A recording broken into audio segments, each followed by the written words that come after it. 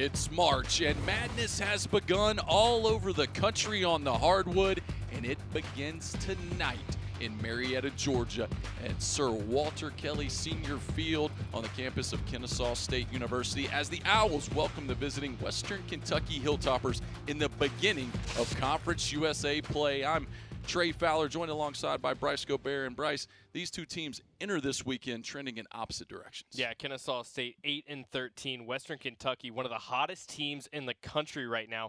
They enter this weekend on a 15-game win streak and off to their best start in program history. If you're looking at them statistically, it's no different. According to the NCAA's official stats and Conference USA, they are ranked 4th or better in all but 3 stat categories. And leading the way for the Hilltoppers is none other than the junior from Marietta making his homecoming today, Ryan Weidman. He enters the weekend on a 7-game hitting streak, including 4 of his last 5 games, seeing him get 3+ hits. And not only that, but he hit the first cycle in Western Kentucky program history last week versus Southern Illinois to cap off his Conference USA Hitter of the Week award. For the Owls, they're going to have to do it this weekend without their head coach, Ryan Coe, tending to some personal situations. Matt Passeur is going to lead the way for the Owls. What's going to be important for them to start off conference play the way they want to? It's a clean slate. Everything starts over now. What's going to be key? Well, first for Kennesaw State, they're going to have to get healthy. That's talking with the coaches this week. They've been a little bit banged up, but that's no excuse. You got to be able to find your batch. You got to make sure that the pitching staff is in order. And if the Owls can figure all that out early on in Conference USA play this weekend, I think they're going to fare just fine for the rest of the conference season. Well, they've got a big test, and we will see the start of this weekend right after this. Lineups and first pitch from Marietta. Hilltoppers and Owls right after this. And there you see the lineup for one of the best records in the country, the Western Kentucky Hilltoppers, led by third-year head man Mark Reardon. Vasquez to lead it off. Lazama batting second, the right fielder, center fielder, and key cog to their order, Ryan Weidman hitting third, Marsala fourth, Ross fifth behind the plate, Dylan O'Connell sixth in left field, Kyle Hayes at first base batting seventh, the shortstop Reed Howard hitting eighth, rounding out the Hilltopper order, the second baseman Austin Holler. There you see 339 overall batting average, leads Conference USA fourth in Division I, and tonight they'll be taking their swings against a freshman for the Owls, a freshman Ty Bear, making his 5th start of the year, a 1-1 overall record, 4.50 ERA in 20 innings pitched. He's allowed 16 hits, 13 runs, 10 of them earned, 10 walks, 19 strikeouts, and opponents are hitting .211 against him. And they're putting a lot on the young shoulders of Ty Bear to open up conference play here, Bryce. Yeah, young shoulders, Trey, but this is a kid that has already been drafted by the Arizona Diamondbacks, who's taken in the 19th round of the 2024 MLB draft. So he is not afraid to pitch in these big moments. He's already proven he can do it, and he's looking for a solid start to start off Conference USA play for the Owls. Carlos Vasquez steps in, shows bunt, takes strike number 1, and we are underway in the Owls' first ever Conference USA game. Vasquez, the junior out of Brazil. 0-1 pitch in there for strike 0-2.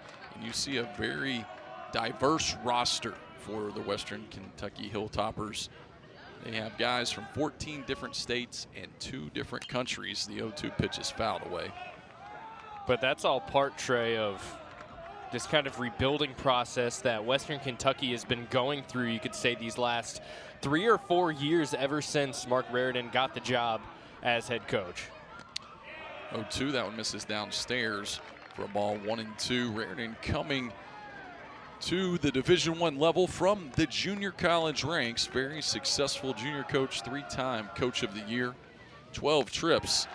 As that pitch right on by Vasquez for out number 1. Bear collects his first strikeout of the day. 12 trips to the Junior College World Series. A lot of experience in that dugout. Reardon shared with us yesterday he's not sure how many other Division I dugouts have 2 coaches in it that have over 1,000 wins as a head coach. Yeah, that's, I think, a massive advantage for Western Kentucky this season and what they've been able to do so far, and kind of having Coach Fournier. That one's hit right at Pseudo at first. He'll pick it up, run it to the bag for out number 2. So 2 quick outs for Bear and the Owls here in the top of the first. But having Coach Fournier on his bench, he said he's kind of used him as basically a whiteboard to bounce ideas back and forth off of. And like you said, having 2 coaches with both 1,000 wins apiece, and this coaching staff that they've been able to build, bringing in 33 or 34 new guys from the first year they got there. It's a very different Western Kentucky baseball program, and they're reaping the success and they're reaping the benefits of it right now. And one of the hottest hitters in the country, Ryan Weidman, steps in. 489 average, 5 home runs, 29 RBIs, and the 1-0 pitch misses downstairs to him, 2-0. And the Owls, I'm sure, will try to be as careful as possible with him this weekend. Hometown product is Weidman. Played at Georgia Highlands Community College. The 2-0 pitch misses inside, 3-0 the count. By way of Walton High School, is listed the 4th impact transfer by D1 baseball, and the 74th Division I prospect by D1 as well. The 3-0 pitch down and away, and he will reach first base with a 2-out walk.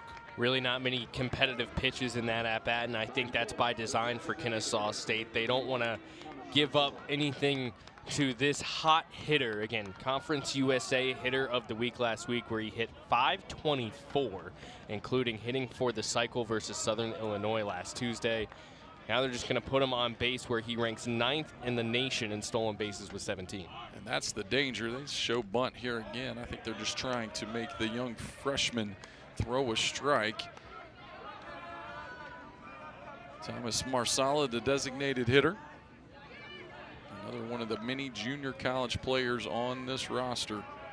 26 transfers, 14 high school guys make up the 40-man Western Kentucky Hilltopper roster. Throw over to first, and Weidman slides back in safely. You mentioned it. Sometimes you pitch around the big hitter in the lineup for another team, and it's to your advantage because they're usually power guys. But Weidman's got that unique combination of power and speed, and that walk can quickly turn into 2 bases just like that, as that one misses outside. 2-0, 6 straight out of the zone for the freshman Ty Bear. Yeah, and I think right now, if you're Western Kentucky, you don't even think about sending Weidman on first. You want to see if this freshman can start throwing some strikes. If not, let him move the base runners for you. Another throw over to first base. That one's close, but back in is Weidman, just ahead of the tag by Cam Pseudo. Yeah, he just barely got back in time. A good throw from Bayer, just not quick enough as Weidman was able to get back. 2-0 pitch, breaking ball in there. There goes Weidman. The throw down to second, not in time. Give him stolen base number 18 in 21 tries. And that's the danger that you have. Talked about not wanting to send him possibly, let the freshman throw some strikes. Western Kentucky chooses against my better knowledge and will elect to send him. Now they got a runner in scoring position with 2 outs. And a batter's count. 2-1 on Marsala, the pitch. Another breaking ball catches the outside corner, 2-2. So after falling behind in the count, back-to-back sliders from Ty Bear evens the count at 2-2, and that's a big pitch for Ty Bear, a pitch he developed in the fall that made all the difference and a big reason why he's starting here on Friday night. Couple looks at second, the 2-2. That one's hit out towards left field. It's going to been out of play in the preseason talks with this staff, which seemed like they happened 9 months ago now, since they've been on the road for 14 straight games. Matt Pasteur talked about making one slight grip adjustment for Bayer on that slider, and adding 400 RPMs to his spin rate. It made all the difference in the world as that one's fouled away, 2-2. It gave him something, a pitch to believe in, a pitch to go to when he needed a strike. It made his fastball play up a little better. He's been up to 96 miles an hour, but he was spraying the fastball around a lot in the fall, and he had no secondary pitch to go to. But the advent and the introduction of that change in slider grip has made him a very effective freshman pitcher for the Owls. 2-2, swung on and missed. Couple of strikeouts in the inning for Bayer, and he will strand Weidman at second base. we head to the home half of the first. No score from Marietta, Georgia. Beautiful pitch here from Bayer as he's able to get the swing and miss, close out a solid top of first. Home half of the first, and there you see the Owls order that they will send up tonight against one of the hottest pitchers in the country. It's unique that the Hilltoppers have one of the hottest pitchers and one of the hottest hitters in the country. Anderson will lead it off, followed by center fielder Chris Cole. Designated hitter Donovan Cash, there you see it, standing 3 home runs away from the all-time Kennesaw State Division I record, a record currently held by Andy Chris Caden. Batting fourth, the third baseman Cooper Williams. Batting fifth, the first baseman Cam Suto, who has heated up since we saw him last. Right fielder Jackson Cirillo hits sixth. Second baseman Wesley Allig hits seventh. Aaron Posey, the catcher, hits eighth. And the Owls' order is rounded out by the shortstop Shamar McDuffie. And they will take their swings tonight off junior Jack Bennett, a homegrown high school guy, one of the few high school players on the Hilltoppers staff, has been there for 3 years. All-American boy is how the coaching staff described him. Super mature, and was Kentucky High School Gatorade Player of the Year, and that is no typo. He is currently sporting a 0 ERA deep into the season, and that first pitch to Nate Anderson is line foul and out of play. Yeah, I asked Coach Reardon, what has made Jack Bennett so successful this season and so dominant? He said, it's funny you mention the word dominant, because when you think of dominance in a pitcher's standpoint, you think of high velocity, high strikeout rate, stuff like that. He said, he's pretty low velocity, 88 to 90 on the gun as of now, but his off-speed stuff is what really allows him to excel in his outing so far this year. Good pitch there as the count runs to 1-2 on Anderson. The one thing he talked about with Bennett is, and the one thing that they look for in arms at Western Kentucky, is Anderson swings and misses at a fastball up and out of the zone. First strikeout of the day for Bennett, is a guy that's the same guy on Saturday and Sunday as they are on Friday night. And that was a question that he posed, and something that I wrote in my notes, and something that I will carry with me, not only obviously on the broadcasting side of things, but on the coaching side of things. Who are you when you're not pitching? That's a key. Are you still rooting for your teammates as Chris Cole stands in and takes strike number 1? Are you still pulling for them? Are you still trying to help those guys? Or after a bad outing, do you sit over there the next 2 days and pout and sulk and think about the bad outing? Those guys usually don't have success as Cole lines that one into center field, and it's going to be down for a 1-out single. Good piece of hitting there from Chris Cole, able to get on base early on for Kennesaw State with under 2 outs. Exactly what they're going to be looking for as he takes the off-speed pitch and kind of rides up in on him on the inside and does a nice job shortening up his swing and getting that one to fall in center field.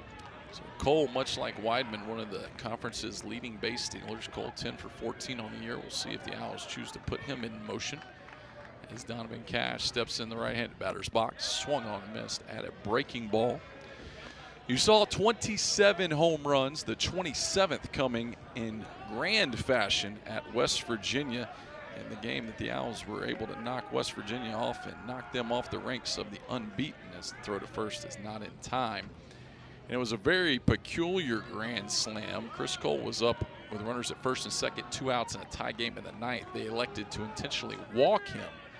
And the first pitch Donovan Cash saw, a hanging breaking ball, he deposited over the left center field wall for a grand slam.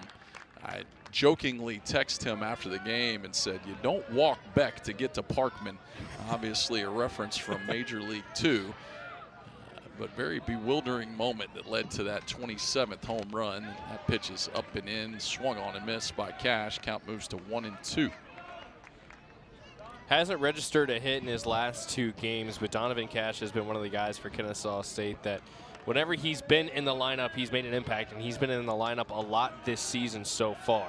And the throw to first, diving back in safely is Cole. And I think that's why you saw him get a little break on Tuesday in the Owls game against Georgia Southern. They wanted to rest him a little bit, make sure they got Jackson Cirillo in the lineup, got him going. because now is when they need him most. Conference play beginning tonight. 1-2, just missed at the top of the zone. Pretty good pitch there from Jack Bennett. You mentioned that game versus West Virginia with the grand slam for Cash. He had 3 hits in that game. That was the 6th time this season that he's recorded multiple hits in a single game. 2-2, that one's going to skip through the catcher all the way to the backstop. Cole will move up into second base. So a free base for the Owls. Interesting to see how both of these teams have now had base runners on second base here in the first inning. Western Kentucky with 2 outs, Kennesaw State with 1, but a full count pitch upcoming here for Donovan Cash. 3 balls, 2 strikes, 1 out here, bottom of the first. And that one's inside. Cash does a good job to fight that one off. And the play not made down there by the third base umpire. Like the little boos the players are giving them from the dugout. Got to be ready if you're an umpire down that third base line in the hot corner. One thing I was taught early on in my coaching career is you only reach out to try and make those plays if you know you can make it. And I think the same thing applies to the umpire there. Made a lot of those plays in your days? A few. Another 3-2 pitch. That one's hit back through the box. Diving stop and keeping it on the infield is Haller.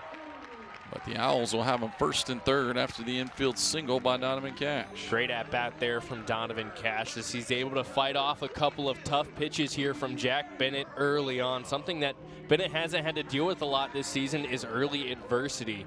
And the Owls right now with runners on the corners and 90 feet away from Kennesaw State taking an early lead in this Conference USA opener for both these teams. One thing that's going to be a lot different here for Western Kentucky is they're playing on a natural surface for the first time. Have played all of their games at home thus far on the year. Sometimes those teams coming from turf to natural surface for the first time, they can face some defensive woes that first weekend out on a natural surface. As the first pitch to Cooper Williams is in there for a strike. Williams comes into the game hitting .342, leading the Owls. 2 home runs, 16 RBIs, which also leads the Owls. Tied for first in doubles as well. 0-1, swing and a miss. Good off-speed pitch down in the dirt, and Williams could not lay off. Yeah, this is away game 4, 5, and 6 on the year for Western Kentucky. And like you mentioned, Trey, that was one thing that Coach Reardon mentioned in our coaches call with him earlier this week was that natural surface. And kind of just the way that their schedule worked out and the way it kind of just worked out for their program was scheduling a lot of home games early on in the season. And it's not ideal, he said, that they're having to travel and play a major game as one of their first road games of the season. But that's going to be something that his guys are going to have to quickly adjust to. And if that's going to be an issue, that they're going to have to figure that out very quickly and get that sorted out. 1-2 pitch. That ball's hit hard and through the right side. That'll give the Owls a lead. All the way around to third is Donovan Cash. That throw gets away. He's headed for the plate. He will score, and the Owls will take a 2-0 lead on the RBI single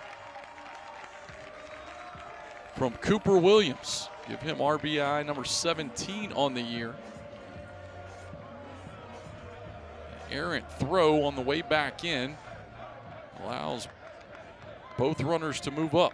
Back-to-back-to-back hits here for Kennesaw State as Chris Cole, Donovan Cash, and Cooper Williams are all able to reach a very tough play for Kyle Hayes there at first, and then an errant throw from the second baseman in Austin Haller gets away, allows Donovan Cash to come around and score from third after getting there from first.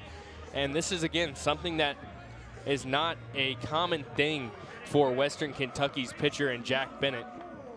Owls with 3 hits already in this ball game, and it's only the bottom of the first. In his 4 starts this year, he's given up 4 hits, 3 hits, 5 hits, and 2 hits. So Kennesaw State putting him in some uncharted territory here early on. And his first earned run given up of the season. First pitch to Cam Sudo, catches the outside corner with an off-speed pitch. Sudo hitting .291, 5 home runs to lead the way for the Owls, 11 RBIs. He finally got his bat going as they went on the road. The Division II transfer out of Lee University. Put up monster numbers at Lee last year, and the Owls were hoping he would do the same this year. Started off a little slow the first couple of weekends here at home, but has caught fire on the road, and he's well on his way to putting together a solid campaign. 1-1 pitch, swing and a miss, 1-2.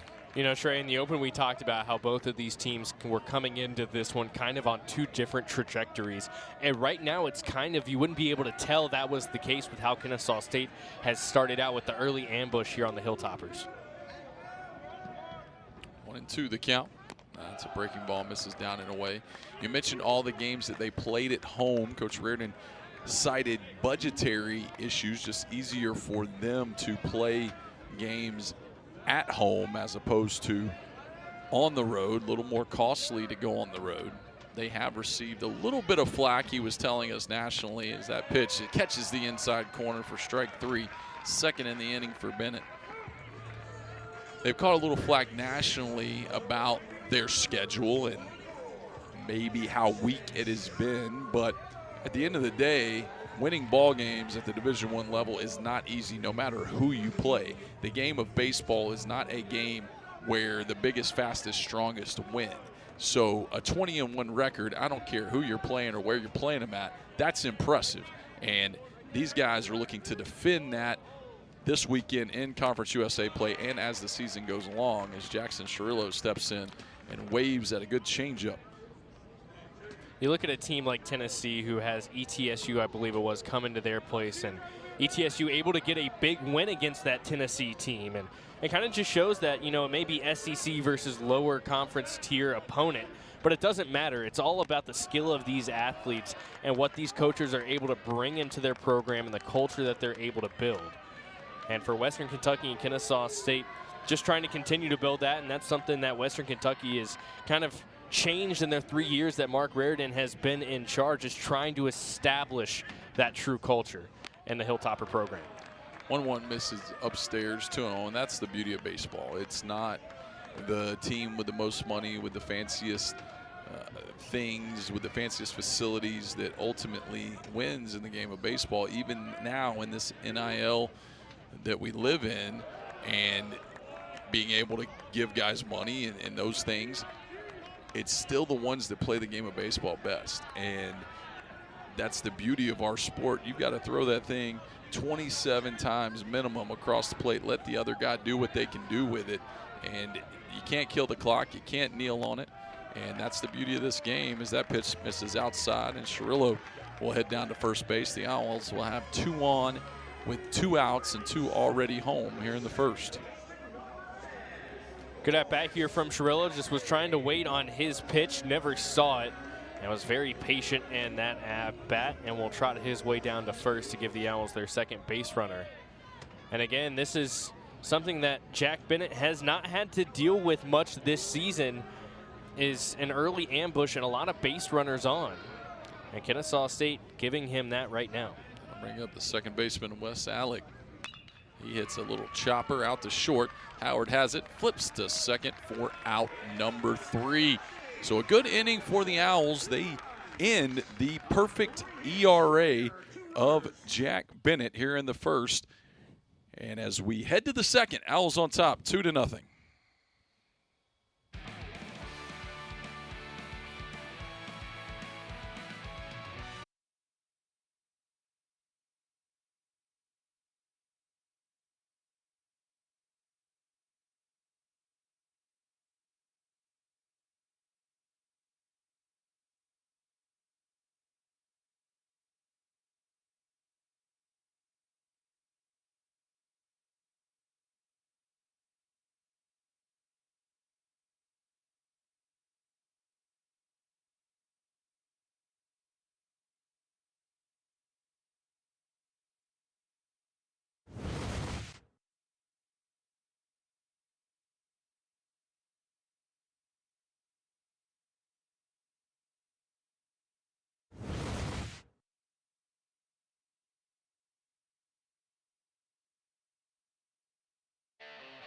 And we are back. Owls lead 2-0 as we head to the second.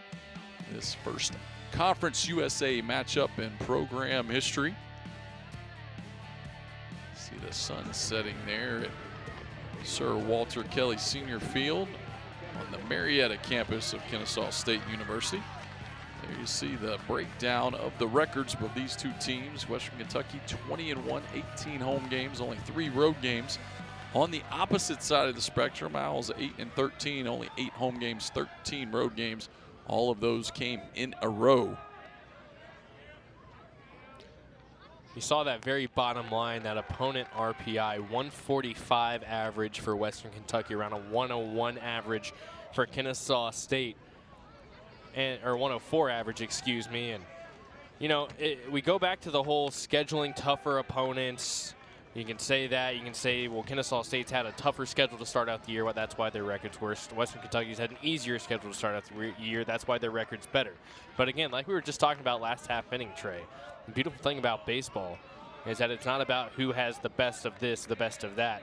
It's a whole collective effort and the culture that you build up with your program.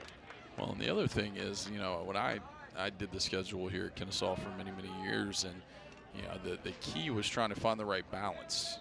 A tough schedule is good. You want to prepare yourself for conference play, and hopefully as that pitch is in there for a strike, 3rd strikeout of the day, all ready for Ty Bear. And the first out here in the inning as he gets Camden Ross. But you want to prepare yourself. You'll see another view of the good breaking ball from Ty Bear, catches the top of the zone. But you want to have a nice balance between challenging your team and putting them in a position to experience those challenges, face those challenges, learn what they need to adjust and how to make those adjustments, so that hopefully when you're playing at the end of the year in the postseason or in a regional, which is the goal of most teams, is that one's fouled away, you're in a position where you've been there and you've done that. You know what it's like. But you can't go all that way and then they have no confidence because they can't win any games. They've got to find that winner's identity. So Western Kentucky has definitely found that. Once you find that winner's identity, you find that belief in yourself, and then you can accomplish anything. Belief leads to success in all walks of life, not just the baseball field. That one's fouled away as the count evens up 2-2 on Dylan O'Connell.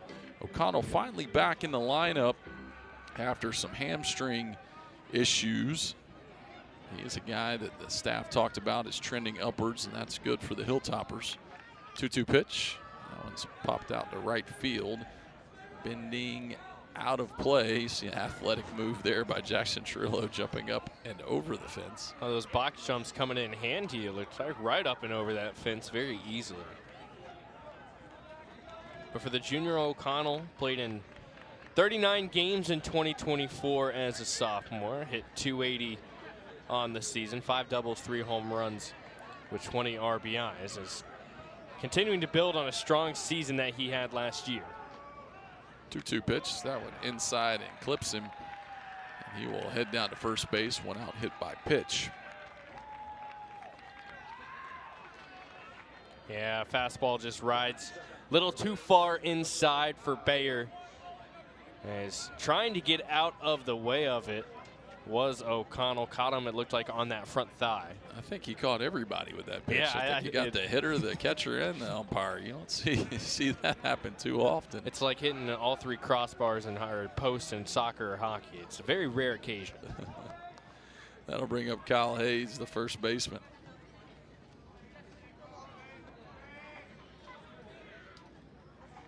First pitch to Hayes, fastball right in there for a strike, 0-1.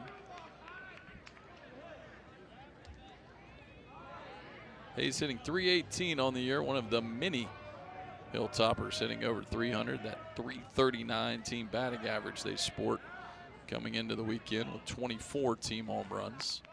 12 guys on this Hilltopper team hitting above 300 right now. And that's going to be a recipe for success for a lot of teams in the NCAA. Whenever you have a lot of guys that are seeing a lot of success at the plate, you know that runs are going to be produced because of that. And breaking ball also misses high, 2-1.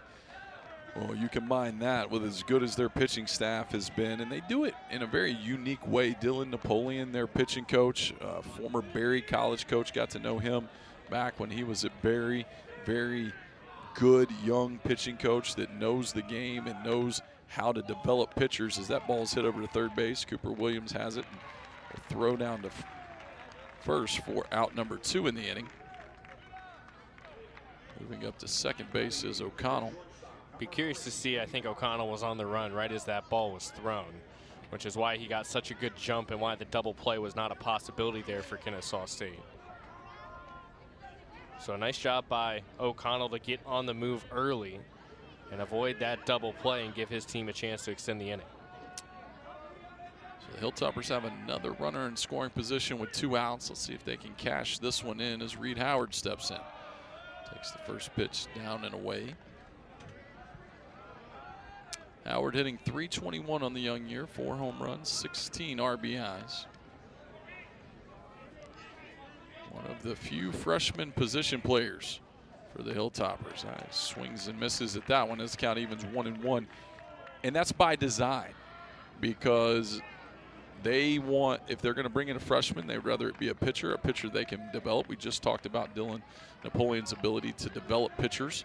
But position players, they want JUCO bandits, guys that have been there, that have done that have played a lot, have a lot of experience as the count moves to 1-2. And it's been a very successful formula for them for these first several seasons of Mark Raridan's tenure there. Yeah, they won 18 games in their first season, or the season before Coach Raridan got there. Swing and a miss, strike 3. Another one in the inning for Baer, 4th on the day, and he strands another runner at second base. So good job there by the young freshman. He's got the breaking ball working early in this one, and the Owls lead 2-0 as we head to the home half of the second inning.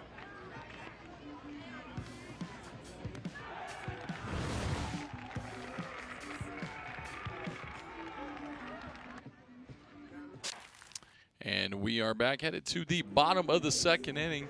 And there you see Jack Bennett leading Conference USA in many statistical categories. That ERA has been moved off of 0 now as the Owls got an earned run in the first. But an impressive first inning for the Owls, Jordan. Yeah, and that's not, again, we talked about it whenever the Owls were up at the plate last time. Not a very familiar situation that Bennett has been in. Only the second time this season in his 4 starts that he has seen at least 7 batters in an inning. The first time was able to get out of it with a couple of runs across the plate, but none of them earned. And now today versus Kennesaw State has his first earned run come across the plate of the season. As Aaron Posey steps in, and my apologies for calling you Jordan. Didn't even seen you since last year, Bryce. I haven't seen you since last year. It's been a while, Trey. It's been a while. Maybe I could have polish that up as the Michael Jordan of color analysts. Oh, stop it. 0-2, 1-2 the count on Posey. Hey, you know what? You got it right in the open. That's what matters. Whatever else happens after that, fair game. Fair game after that. 1-2 pitch. That ball's hit hard and down the left field line. Rolling into the left field corner. Posey hits first, heads to second. And he'll stand there with a leadoff double. We keep talking about it, Trey, and how this is unfamiliar territory for Jack Bennett, and it continues to be. The 4th hit for Kennesaw State already in this ball game. 5 is the highest number that Bennett has given up, and the Owls more than halfway there already in just less than 2 innings of work here, and it just seems like this Kennesaw State team, who's been on the road for 14 games, is finally starting to find their bats like we talked about, and just starting to find some momentum and continuing to have that pass the bat mentality.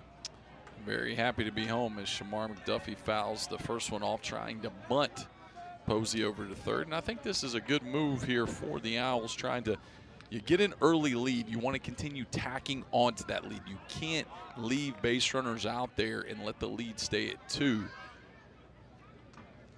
Bunt off this time. McDuffie hits this one down the right field line, bending over towards the line. Making the catch is Lazama. He will throw to third, but not in time as Posey tags up and advances to third. So even though McDuffie was unable to lay down the bunt, still does his job in getting Aaron Posey over to third base with less than 2 outs. And it brings back up the top of the order. Nate Anderson with a strikeout in his first plate appearance of the ball game, but had a really solid swing on the first pitch that he saw. Just a little early on it coming around. We'll be looking to straighten that swing out here in his second go. First pitch to him off speed downstairs for a ball, 1-0. And Anderson has been one of the guys that the Owls have been very pleased to have in the lineup day in and day out this year. Battled through injuries last year, but he brings a lot of positive energy as he hits that one out into left field. Let's see if it'll be deep enough to score the run. Catching it is O'Connell, making the throw to the plate. It'll be cut off. Posey's in. Give Anderson a sacrifice fly and an RBI. So again, not able to get on base, but the Owls batters doing their jobs and getting runs to come across the plate. First, it was Shamar McDuffie getting the sac fly over in right field to advance Posey from second to third. And then it's Nate Anderson with the sac fly to left that is able to score him. And Kennesaw State, again, passing the bat really nicely right now, putting together a solid first 2 innings of work. Chris Cole fouls that one off. He singled and scored his first time up.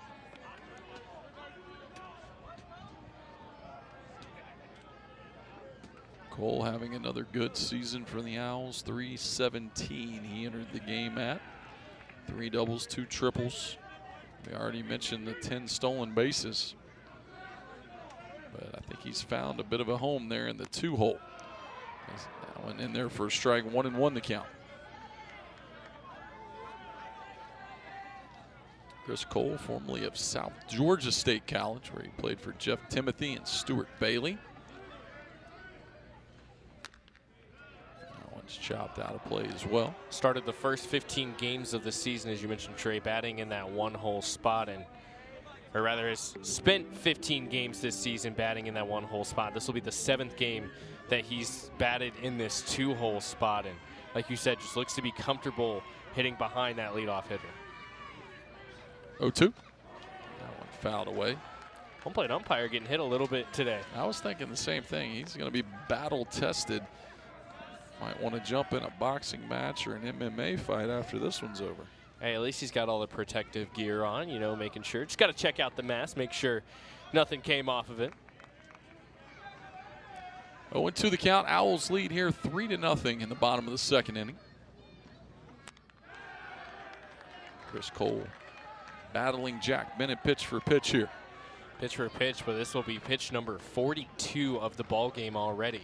Not even out of the second inning. So it looks like if this trend stays up and the Owls continue to keep the bats hot, going to look to try and get into this Hilltopper bullpen early on.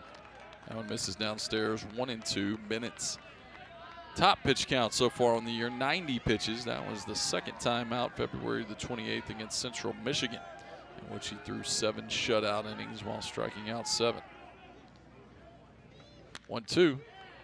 Just getting a piece of it and rolling it down the first base line is Cole. Not a lot of balls in this at-bat, but a good battle here between Chris Cole and Jack Bennett. Cole seeing the ball really well right now, just fighting off, trying to keep the inning alive for KSU.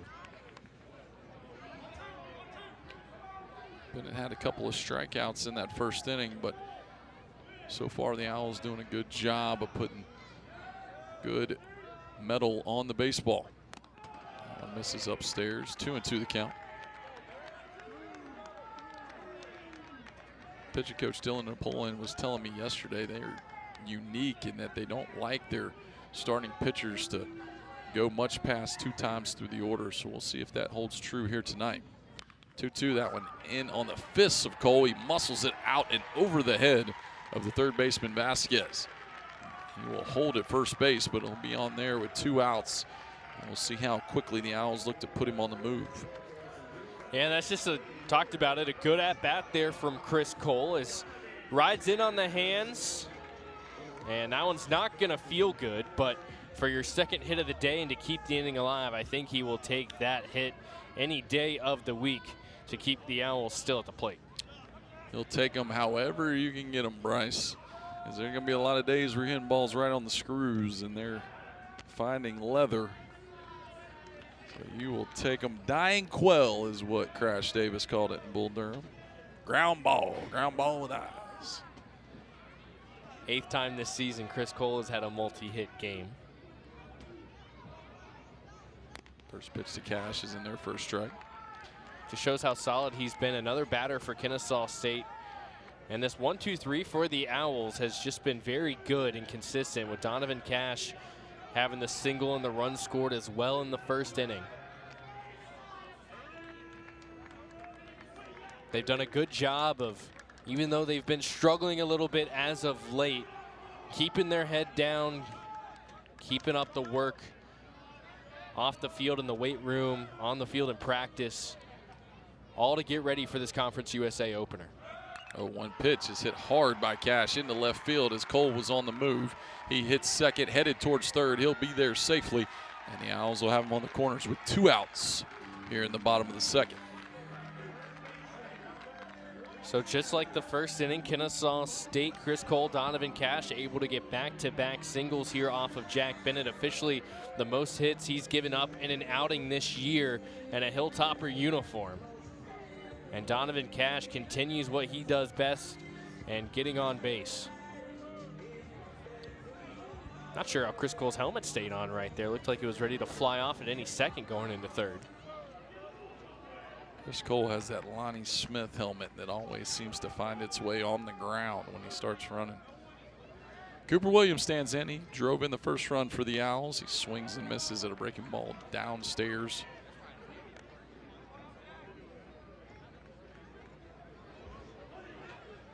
As we mentioned, Williams leading the Owls in several offensive categories, including RBIs, batting average, doubles. He's having a great sophomore campaign so far. Living up to that hype as he checks swings and goes around and makes the count 0-2, living up to that hype of the highest rated player to ever reach campus for the Owls. Battled injuries last year, couldn't quite get healthy. Doing well here in 2025. The 0-2, 3 breaking balls in a row, 3 swings and misses. So a good job there by Jack Bennett of limiting the damage and preventing anything else to score. But the Owls tack on one more, and as we head to the third, they lead 3-0. And there you see the breakdown of the Kennesaw State season thus far. They're at a temporary home in Sir Walter Kelly Senior Memorial Field on the south campus of Kennesaw State University, while their new stadium is being completed this spring on the Kennesaw campus. 17 newcomers for the Owls this year, 12 freshmen, 5 transfers. The Owls doing it a little bit differently than Western Kentucky. They prefer to bring in freshmen, develop those guys, and let those guys be the core of the success they have. 8-13 non-conference record, playing the last 13 on the road. First pitch to 9-hole hitter Austin Hollers, hit out into short right field. Coming on and making the grab is Jackson Cirillo. So 1 pitch, 1 out here in the third. Trey, going back to that point, this, like you said, Kennesaw State kind of does it a little bit differently than Western Kentucky and bringing in the freshmen. 44th best recruiting class in the country, recognized by Perfect Game. That is well above in-state rivals. Mercer at 57, Georgia State the 71st, Georgia Southern the 76th. So Kennesaw State ranking high among the state's best in recruiting class-wise. And bringing in all these freshmen and seeing the success in recent years that the Owls have had and sending guys off to the MLB draft. It's hard to choose not to play at Kennesaw State if you get that offer. We have 2 former pro scouts leading the way in recruiting here, and Ryan Coe and Brad Tyler. Long-time professional scouts that know what to look for. They've always, Ryan Coe, this is not his first trip here at Kennesaw State. He was here as the recruiting coordinator before, recruited the likes of Zach Wheeler, Chad Jenkins, Kyle Heckathorn, all very, very talented guys. So they've got a formula, and it's working as Vasquez lines that one out into left center field. Going back, looking up. That one's going to be off the wall. Anderson has it. He'll fire it back into the infield, but not before Carlos Vasquez pulls into second with a double.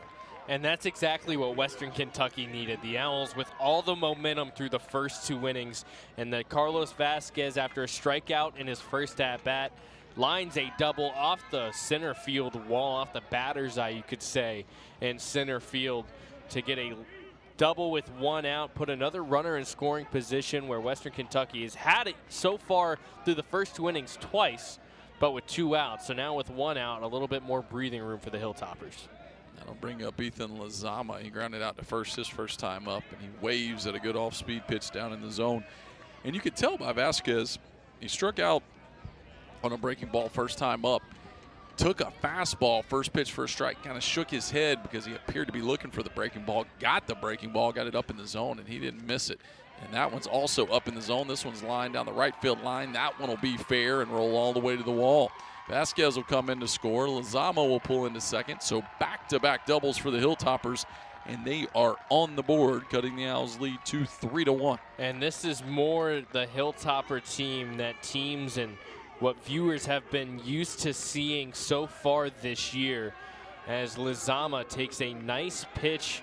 Another breaking ball that just hangs up a little bit on the inside part of the zone. Takes it down the right field line for a little bit of a hike. Forces Cirillo to make a long run before standing up into second for a double. And like we said, Trey, they had the opportunity with runners in scoring position before, but with 2 outs. Now a little bit more breathing room, and you're seeing them reap the benefits. And Weidman hits that one right on the button, but right at Shamar McDuffie, who will make the throw across the first for out number 2. Pretty good job of base running there by Ethan Lazama. That ball was hit hard and right at him, and he did not hesitate making it over to third. Now he stands 90 feet away.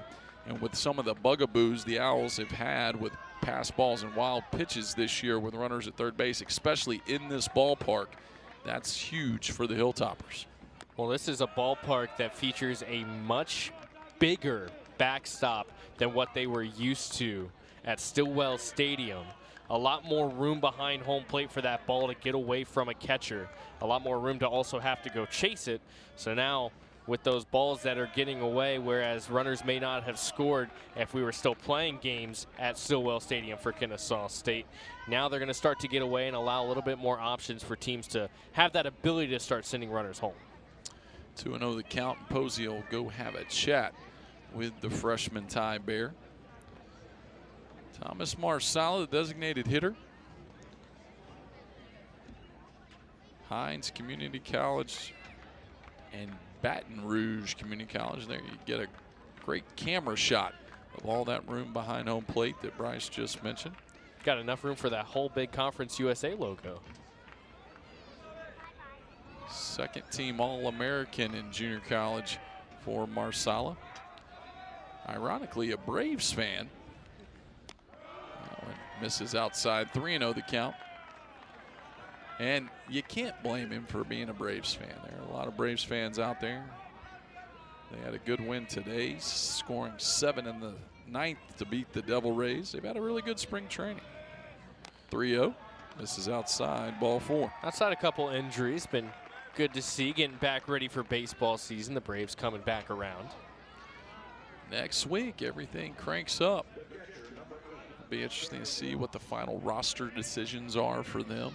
Drake Baldwin getting the start for the Braves on, or at least making the opening day roster. So some young talent going to be coming through the Atlanta area, just down the road from us here up in Kennesaw. That'll bring up Camden Ross, a strikeout victim, his first time up. Ross, another one of the few high school guys that have been at Western Kentucky for a little while. Junior, and he's trended up each and every year. Hit 179 as a freshman, 296 last year as a sophomore. Takes ball number 1. Started 42 games last year for Western Kentucky, did Camden Ross, before going down with an injury that stunted the rest of his season. So good to see him back out here and having a good amount of success, batting .377 through the first 21 games of the season for the Hilltoppers. Takes another one low, and all of a sudden, Ty Bear cannot get those off-speed pitches over that he was getting over so effectively through the first 2 innings. Saw early on he threw 6 consecutive balls before going back to the slider where he found some success. And there it is again, right on cue. Count moves to 2-1. Goes back to it, gets a strike on the first pitch, and all he needs is one out, does Ty Bayer, and he'll be looking for that here. And if you're Ross, you got to be sitting on that pitch again. But he doesn't get it as he hits the bottom stretches of the strike zone with a fastball. It's a good job by Matt Passour of pitch calling, not falling into patterns there.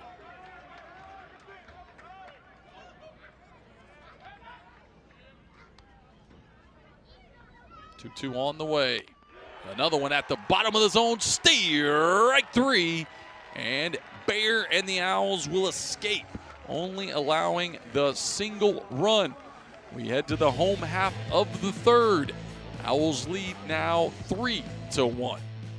Exactly what you're looking for if you're Ty Bayer. Right at the knees, get the strikeout, hold them to 1 run, and you put your team back up to the plate. We head to the home half of the third, and as we mentioned in the open, acting head coach this weekend, Matt Passour, as head coach Ryan Coe tends to some personal matters. His 4th season as the pitching coach here, 3rd as the recruiting coordinator. Coached 2 Kennesaw State draft picks in Blake Ida and Blake Wehunt. Formerly at Miami of Ohio, and was the head coach at East Georgia for a while. Sent one of his pitchers up here to pitch at Kennesaw State when I was still coaching here. It's kind of funny on the call with him yesterday as Cam Soto steps in. He cited a call with me as making a determination on him taking the Miami of Ohio job, which I found quite shocking, a little flattering. Do you know you had that influence? I did not. I had no idea, as the count evens on Soto 1-1. You know, that's a big guy you're talking to, standing at 6'7" in that dugout. He's a big man. I remember him from his playing days at Lee University, much like Soto.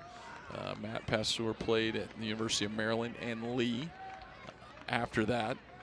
And we mentioned on the phone yesterday about how, you know, once he finished his last college game, he had thrown his spikes, his glove, his hat, everything away. Next day he was selling cars.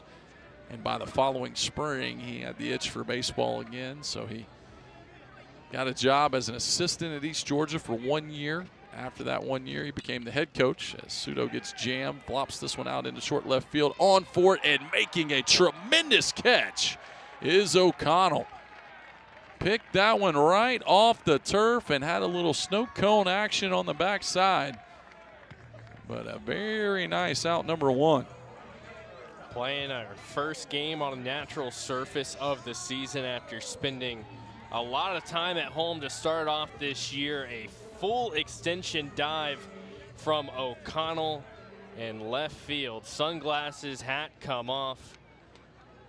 But a Sports Center worthy kind of play right there to get the first out of the inning.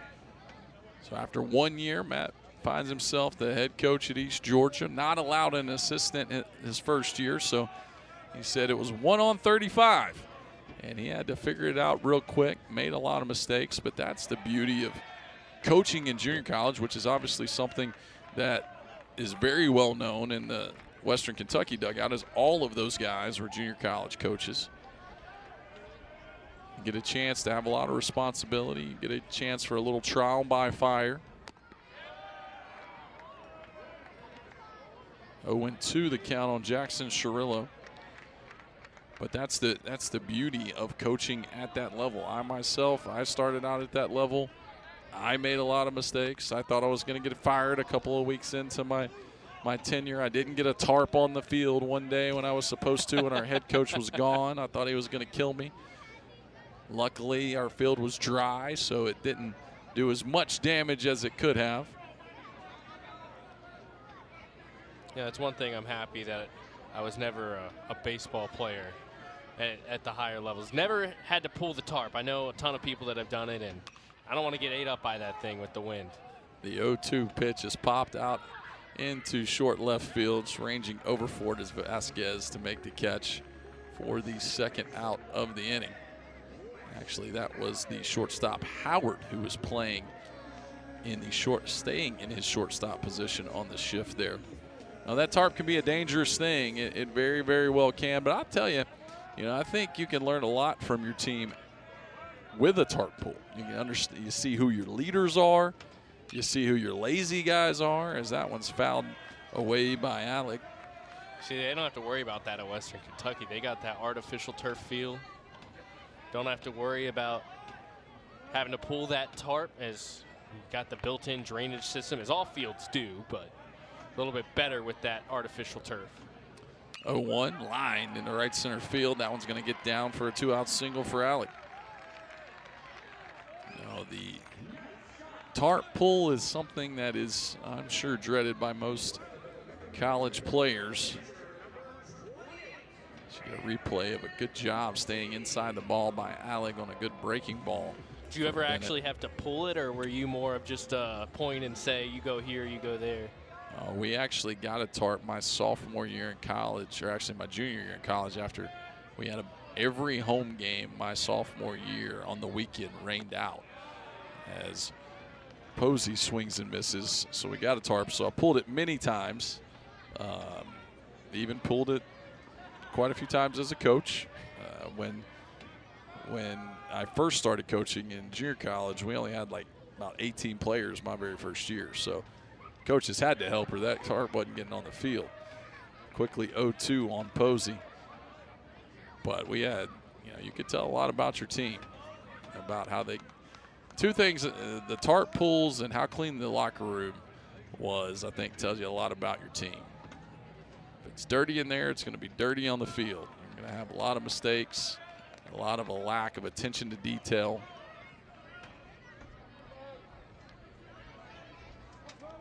One and two the count on Posey.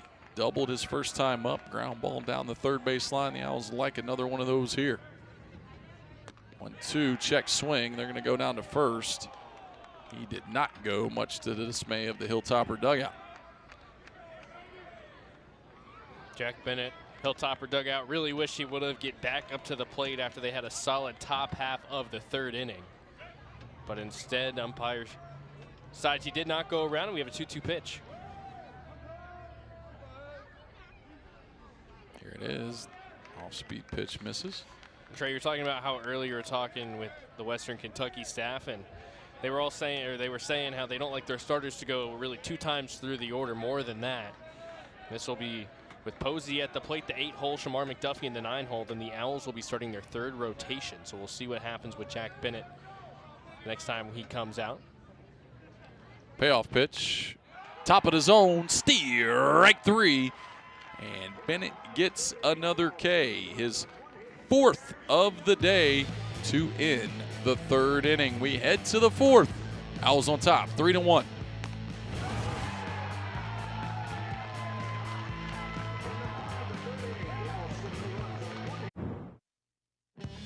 Head to the 4th, and so far Ty Bear has lived up to the billing.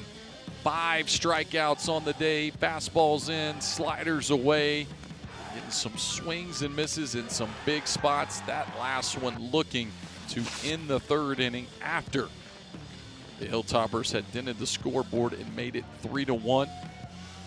Trey Fowler joined on the call by Bryce Gobert. I'm going to let Bryce take you for the next 3 innings.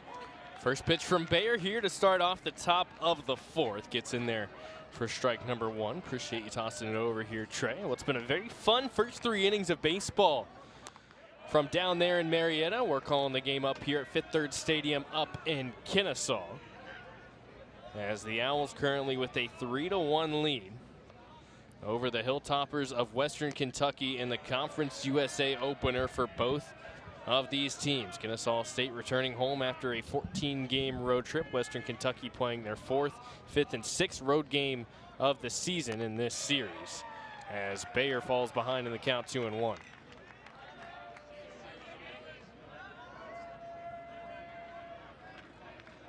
His 57th pitch of the ball game coming up for the freshman. He's looked solid, as that one's popped foul and out of play down the third base line. But Trey, like you were just talking about, it's been the off-speed pitch that really has got him back comfortable when he's looked like he's struggled. The pitch that he developed in the fall thanks to pitching coach Matt Passeur. That one's going to be lasered into left center field. And coming up to stop it before it gets to the wall is going to be Nate Anderson. So a leadoff single here for Dylan O'Connell. Really good job of hitting this fastball, riding up and in. He's able to level off on it and line it into left center field to get a leadoff man on, the first leadoff man on for the Hilltoppers today. That's the one thing that's been the saving grace for Bear and the Owls, is they've been able to get out number one. So it'll bring up Kyle Hayes. He sees an off-speed pitch miss the zone up top. Hayes a ground out to third, his first at-bat of this ball game back in the top of the second inning. So we'll see how Bayer fares now, not getting the first batter of the inning out as he had done through the first 3 innings. Misses high again, that time with the heater. We talked about the adjustment that they made. It was a slight grip adjustment, and that's the beauty of the nature of baseball that we're in now, the day and age we're in now, with all of the analytics and data and TrackMan and the different things. You can really monkey around with things like that, and you can see instant feedback. And what they saw was this slight grip adjustment, 400 more RPMs, a better shape to that breaking ball, and took a guy coming in who had an electric live fastball that he kind of sprayed around a lot and gave him a secondary pitch that could be a weapon for him. It changed his whole dynamic as a pitcher. There you see on the mound for the two teams widely different seasons thus far. Western Kentucky a 2.59 ERA, 3 strikeouts for every walk. Kennesaw 6.72, and a big reason why that ERA is so high is the stat underneath it, 1.81 strikeouts to walks, which is not where you want to be if you're the Owls. They want to improve that as Conference USA play begins. Currently ranked 6th in Conference USA, 130th in the nation with that 1.81 strikeout to walk ratio, as Bayer finds himself behind in the count here, 3-0 with the runner on first, nobody out still to start off the top of the 4th for the Hilltoppers. A quick throw back to first is going to be off the mark.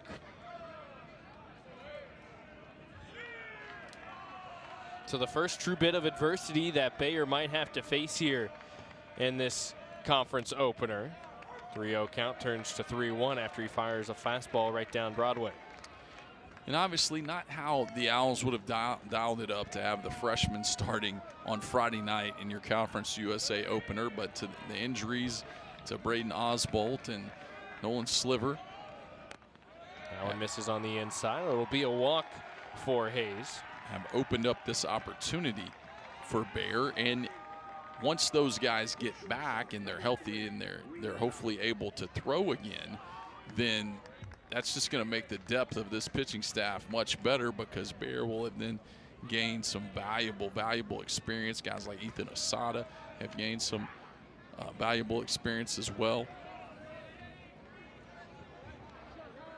Be Reed Howard stepping into the box.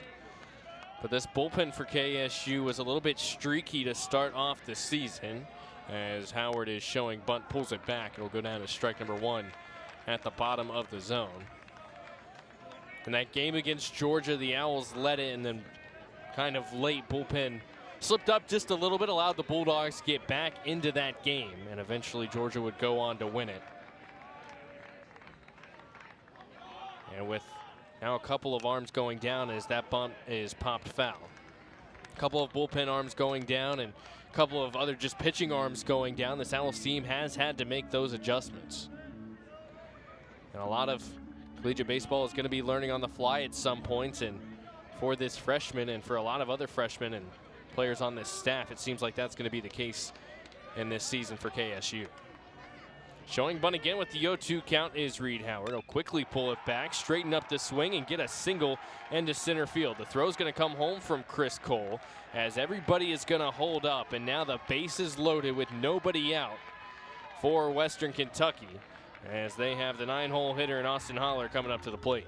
Not at all where you want to be. That breaking ball hanging up in the zone. A nice little slash there from Reed Howard, the freshman, showing ability to handle the bat.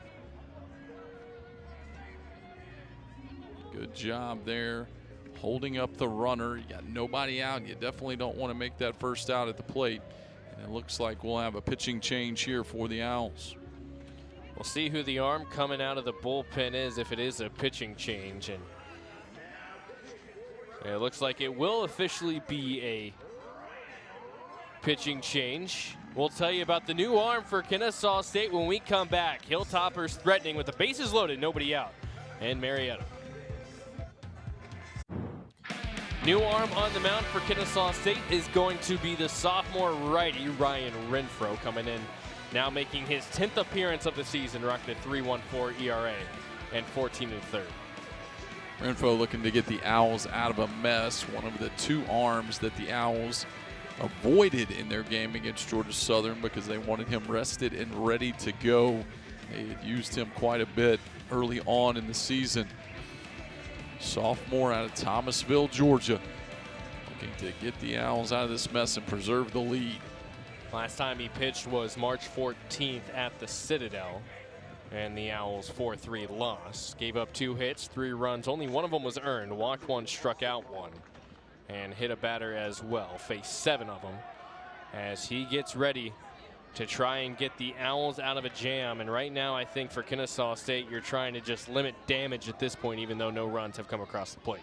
That's exactly what you're trying to do. You'd like to find your way back in the dugout with the lead still. You would be more than happy to only give up 1. First pitch is a fastball that misses on the outside part of the plate. 1-0 the count. Holler a fly out to right, and his first at-bat of the game in the 3rd inning. Inning in which Western Kentucky got their lone run across the plate. Pops that one foul down the 3rd baseline into the KSU bullpen. Bases loaded, nobody out. Top of the 4th inning, a 2-run Kennesaw State lead. Holler did some of his best work last year in conference play, hitting .319.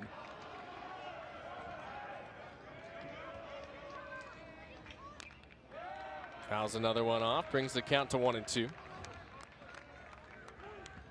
Only hitting .206 on the year this year, but in 50 games played last season, hit .319 in conference play, 41 hits, 3 doubles, 13 RBIs for the California native. Renfro ahead in the count, 1-2. Owls looking for their first out of the inning. And it's going to be bouncer into the dirt. That ball gets away from Posey. It'll plate 1 as O'Connell comes in to score from 3rd. So that big backstop here at Sir Walter Kelly Memorial Field down in Marietta does not help the Owls out there as Western Kentucky brings it within 1. An all too familiar sighting for the Owls thus far this year. Big wild pitch pass ball in a crucial situation, leading to a run here at home. Opens a base back up at 3rd. As that one's rifled and nicely kept from getting into the outfield by Cooper Williams, but he could not come up with it to make a throw over to 1st. So now the bases are going to be loaded once again. Here you see it, a good job by Williams to keep it on the infield as that ball was hit pretty hard. Good job of base running there as well to not possibly run into a double play had Williams pick that in the air. Tough spot in the order to be up for Kennesaw State, the Kennesaw State pitching staff. The 1-hole hitter and Carlos Vasquez back up to the plate. He's 1 for 2 on the day. Had a double in the 3rd inning, came around to score the first run of the game for Western Kentucky. Now with the bases loaded here, looking to add on. And that one's going to be hit into the left center field gap. It's going to plate at least 1. Second run coming around 3rd. It will score as well. Another double sliding in for Carlos Vasquez, and the Hilltoppers have turned this game on its head as they now lead it 4-3. The second double of the evening for Carlos Vasquez. Second of the evening, 10th of the year for Vasquez. And a fastball down and down the middle, not a terrible pitch.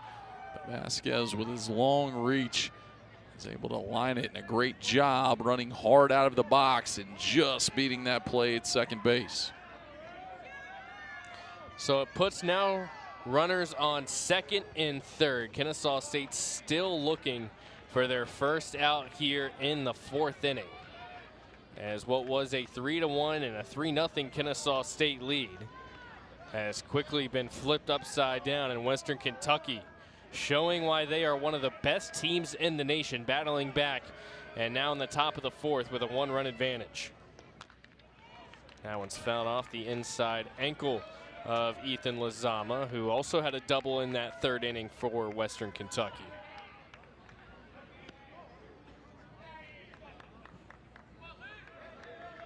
Made the 2024 Conference USA All-Tournament team last year.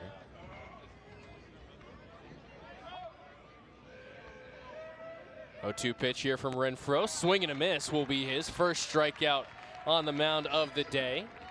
First out of the inning for Kennesaw State, and a much-needed one.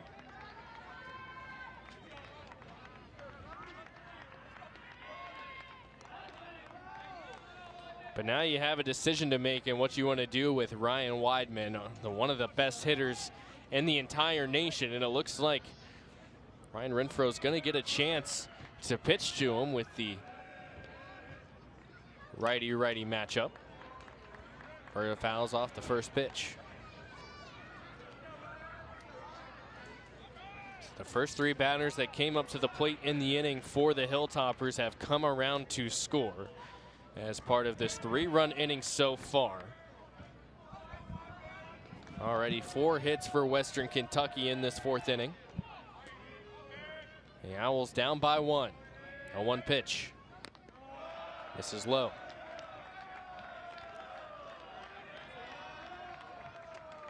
Base open here for the Owls. Be very easy to walk the red-hot Ryan Weidman. But Renfro's one of the best arms out of that pen, and they're going to let Best attack Best here. Fouled off behind home plate. Jammed him up a little bit. Rode in on the inside with the fastball. Especially with Marsala on deck. Marsala 0 for 1 on the day. Drew a walk in that third inning for the Hilltoppers. Weidman and him, and the only 2 walks drawn for Western Kentucky so far here tonight. 1-2 pitch is fouled off. Weidman's taking some good hacks at the fastball. Renfro's been able to get him in just enough to keep it off the barrel. He's got to keep trying to tie up those big long arms of Weidman. Maybe try a breaking ball down and out of the zone. See what he goes with here. 1-2. Does just that, and he still finds a way to poke it up the middle. Another 2 runs are going to come across the plate, and it's a 2 RBI single for Ryan Weidman.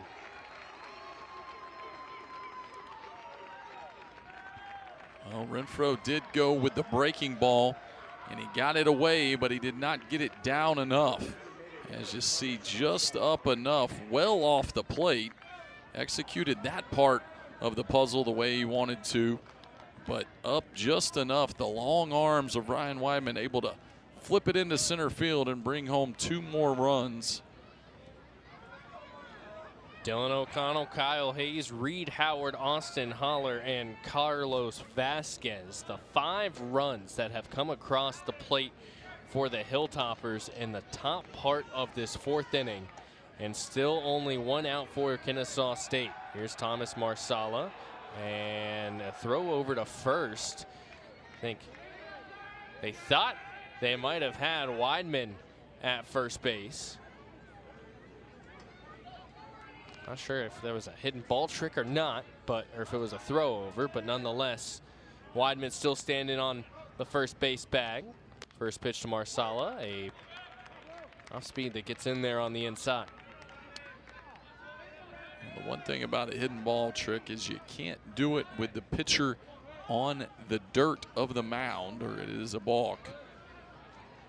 I'll try another throw over here, and Weidman again back in safely. Already has a stolen bag, and this one, it came in the first inning after he drew the walk. Mentioned it earlier, he has the wheels. Another throw over, and this one's a little bit closer, but still not in time. They're keeping a very close eye on the junior, who's making his homecoming game appearance down in Marietta.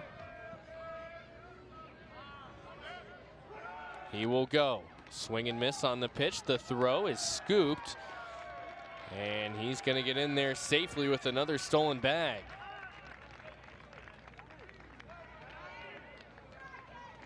Get another look at it here. Good jump by Weidman, head first slide. Not sure if McDuffie ever had that ball. If he did get it, Weidman knocked it on out on his way by.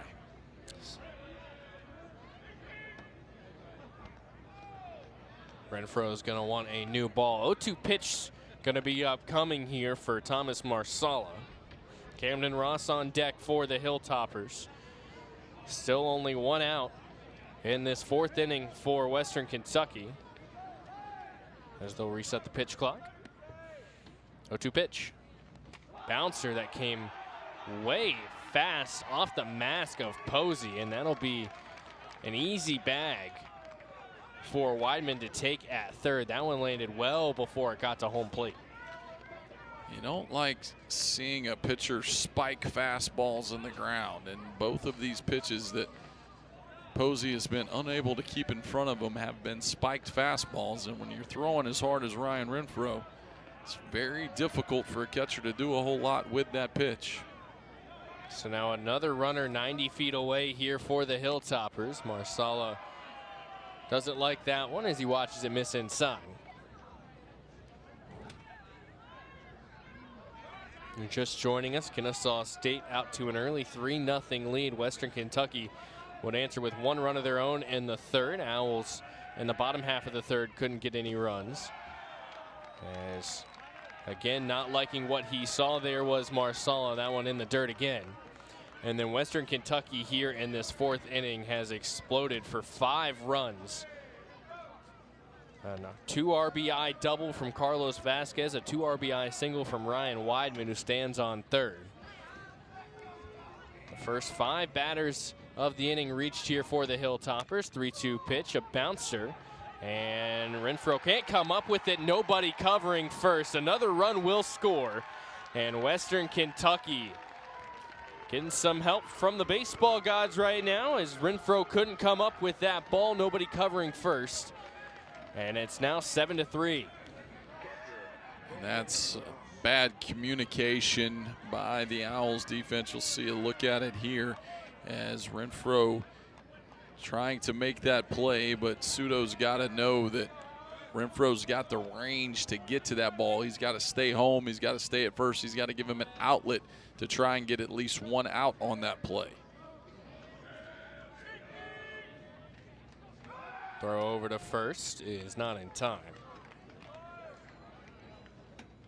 So if you're scoring the game here, Trey, are you scoring that as an error or it's just an infield single? I think in that situation, you're probably going to give that an infield hit because there was nobody at first to receive the throw, despite the bobble by the pitcher. Obviously, his initial intentions were to come home. I think if he does try and come home with where that ball went to, Weidman's probably going to be safe with his speed anyway, in which case it would have went down as a fielder's choice and an RBI for the hitter. But I think I'll probably have to give him a hit on that one. Owls trying to set up this double play. Very keen on keeping this runner on first base, as it looks like we might have a pitch clock violation possibly on Western Kentucky. Moves the count to 1-1. Or rather on Kennesaw State. Renfro not set in time. Chopper in the infield, a chance for the double play. McDuffie gets it, and Sudo will keep his foot on the first base bag. So the Owls will end the inning, but not before Western Kentucky explodes for 6 runs here in the 4th inning, as they now lead it by 4 down in Marietta.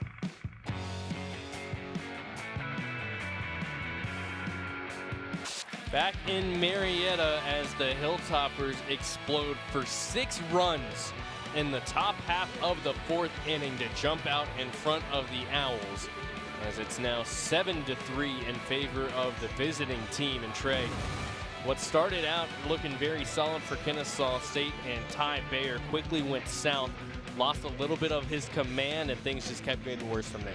Well, I think the key in that whole inning was the Reed Howard at bat. 2 guys on after the single and the walk. He gets ahead of Howard 0-2. Howard shows bunt, pulls it back, able to take advantage of a high breaking ball, line it into center field, load the bases, get Bear out of the game, and then things kind of spiraled from there. But I think that was the key at bat. And what the freshman's going to learn from that is he's got to make a better 0-2 pitch. He's got to make a better pitch. He's got to get that ball down in the dirt, something for Howard to chase, and maybe that whole inning is a little bit different. First pitch to Shamar McDuffie is outside of the zone for ball number 1. And now, how much does this change things here for Western Kentucky? We talked about Jack Bennett maybe not going through the order more than twice, but now with a 4-run cushion, things may look a little different. I think as long as he's effective, you want to ride him. He is the one guy that's had longer outings for them, as long as 7 innings on the year. So anytime you're playing on a Friday night in conference play, you want to use as few arms as possible. You want to preserve as many as you can for Saturday and Sunday. 71st pitch finds the zone to now make it 3-1. That 7-inning outing came versus Central Michigan back on February 28th in that win. Gave up 3 hits, struck out 7 in that game, as McDuffie drives one to deep left field, but over to his left to make the grab is going to be Dylan O'Connell to record the first out.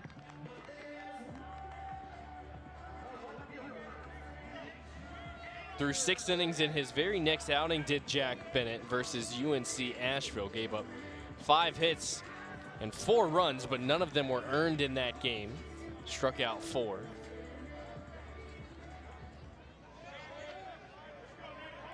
You mentioned earlier, Trey, a season high in pitch count was 90 through 88 in that UNC Asheville game. So not far away from getting to that number.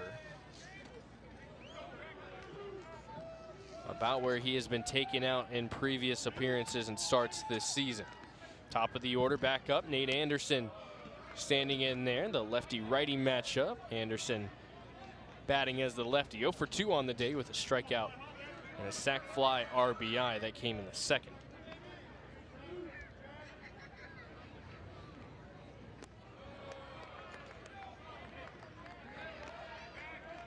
Two and one now the count. For the Owls, you want to punch right back. One of the keys to conference play is to continue fighting. And when you get punched like they did in the top of the 4th, you want to deliver your own right back. Western Kentucky, all 9 batters in the lineup were able to see the plate in that top half of the 4th inning as Anderson rolls over that one on its way to first. And an easy step on the bag for the first baseman, Kyle Hayes, to record the second out.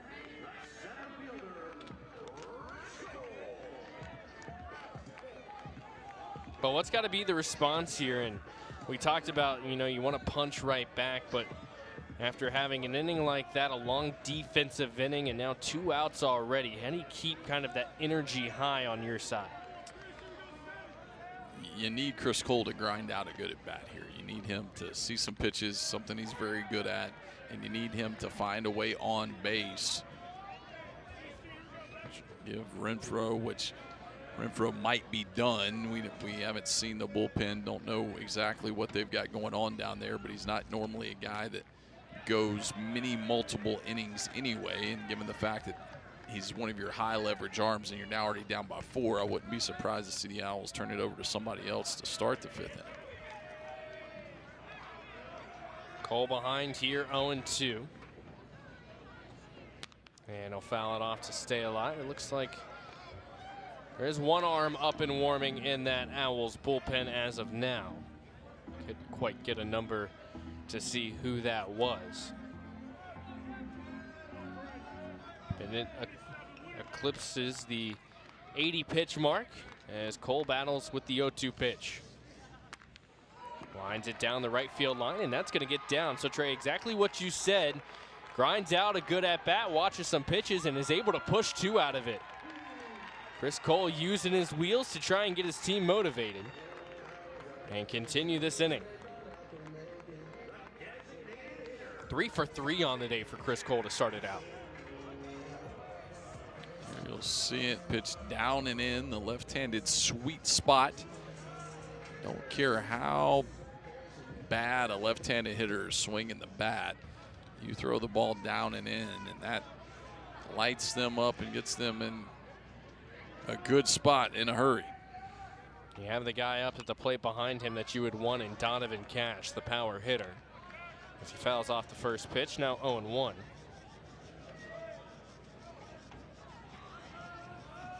Two home runs away from tying the Kennesaw State career home run record. And RBIs, he's not far off from that. 6 from tying, 7 from breaking. As that breaking ball misses the zone below. 1-1 now the count. And he has been a guy for Kennesaw State really the last 3 years that has been able to provide that spark when it is needed. Just a very high energy, intense baseball player, Donovan Cash. Leaves his heart on the field every time he goes out there. Breaking ball finds the bottom of the zone, now 1-2. Chris Cole still standing on second base.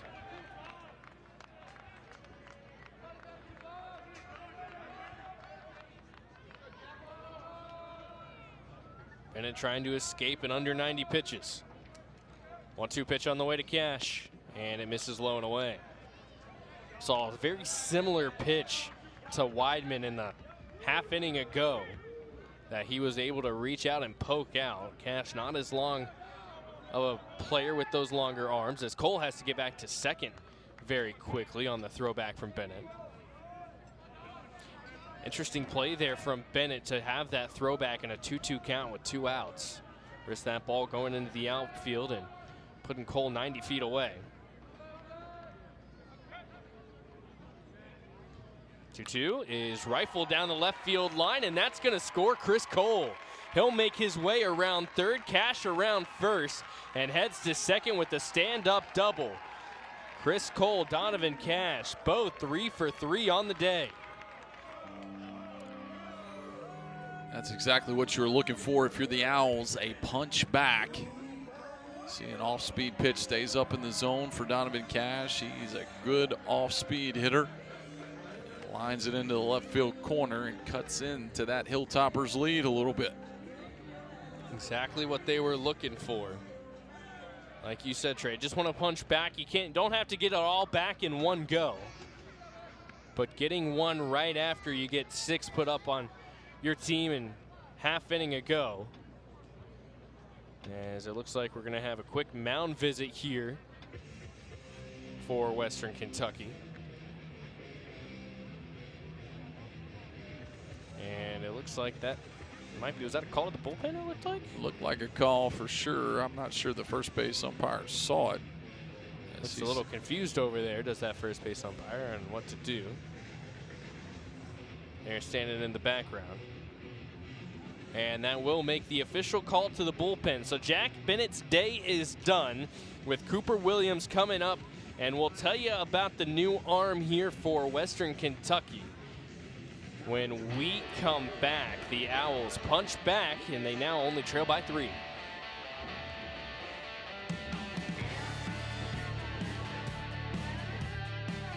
Lucas Hartman, the new right-handed pitcher on the mound here for Western Kentucky, as the senior makes his 7th appearance on the year.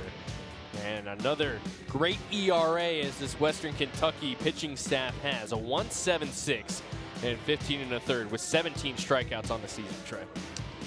Hartman, a transfer from FGCU, so not all foreign to Kennesaw State or the Owls.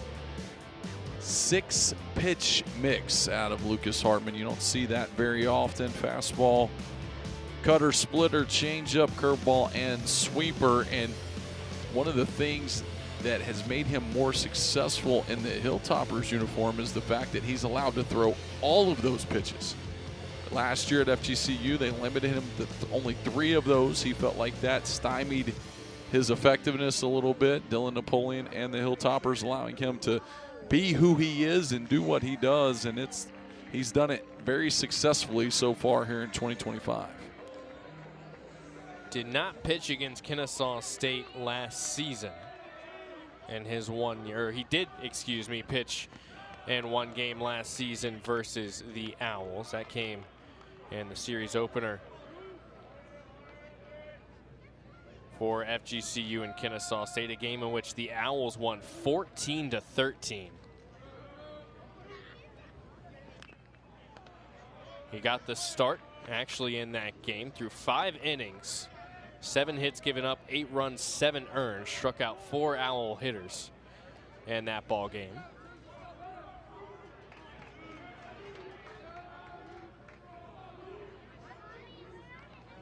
One pitch to Cooper Williams, rolls over it, has to make a long run for it, gets it out of the glove on the underhand toss.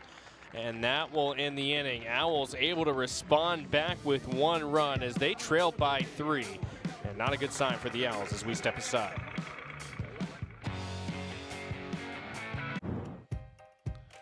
Not the sight you want to see if you're an Owls fan or a member of that Owls dugout. Cooper Williams leading the team in so many offensive categories and providing some stability by anchoring that third base position. Comes up a little bit lame on that ground ball to end the inning.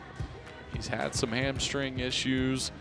It's ironic, Bryce, as we were just talking yesterday with Coach Pastor about getting to that point in the season where guys start to get a little bit tighter.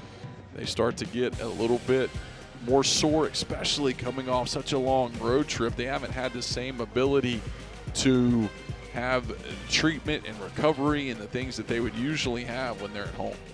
Yeah, and it makes things tough, and like you said, not having that same treatment options available as you are available to have at home. And it looks like the change has been made as you see Hudson Mims in there getting some reps at third base. So it looks like Cooper Williams is going to be done for the day, as Mims will take his spot on that third base side. And Western Kentucky going to come back up to the plate looking to build on what it was a 6-run top half of the 4th inning. The unfortunate thing about a hamstring is that it's a nagging injury. It's something that can linger for the rest of the season, unfortunately. So we'll see how much that affects Cooper Williams if he is able to make his return in this series, which we hope that he will be able to do. Owls taking on the Hilltoppers in game number 2 tomorrow at 3. New arm into the game for Kennesaw State as well. It'll be Ryan Gold, the lefty, stands in there at 6'3", 215 sophomore. Gold has been filling a lot of different roles for the Owls. Started game 2 on opening day and a tremendous effort. The Owls have been moving him around a little bit ever since.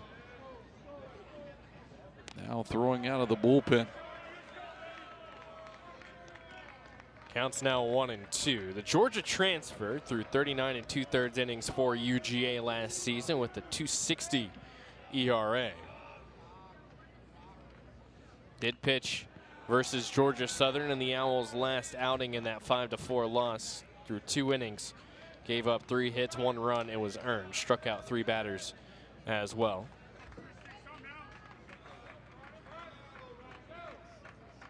And a battle here with Dylan O'Connell, who led things off for Western Kentucky with the single last inning in what was a 6-run inning for the Hilltoppers.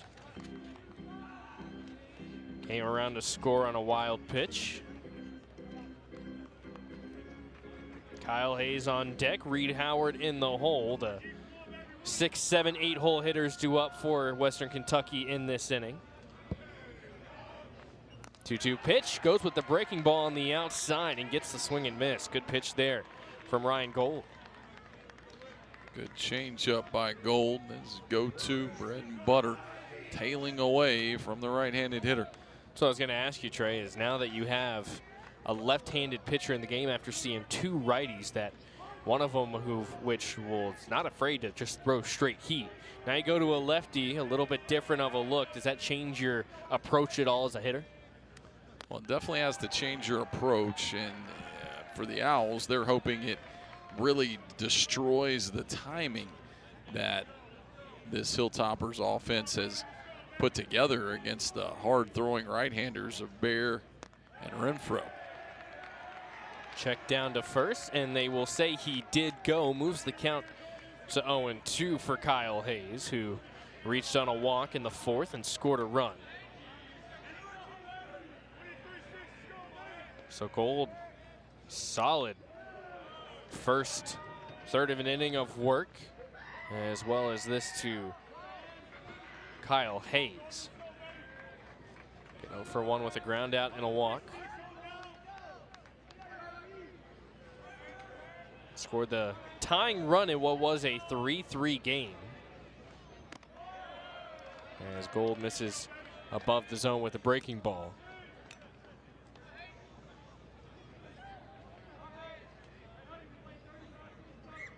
And for Western Kentucky, a breakout 4th inning. 1-2. Misses upstairs again, and Gold is going to request a new baseball. If you're the Owls, you want to see Gold hold this Hilltopper offense right there for as long as he can. Let the Owls offense try and get back in this one. 2-2 pitch. He went around. Back-to-back strikeouts for Ryan Gold, coming in and shutting things down for Kennesaw State.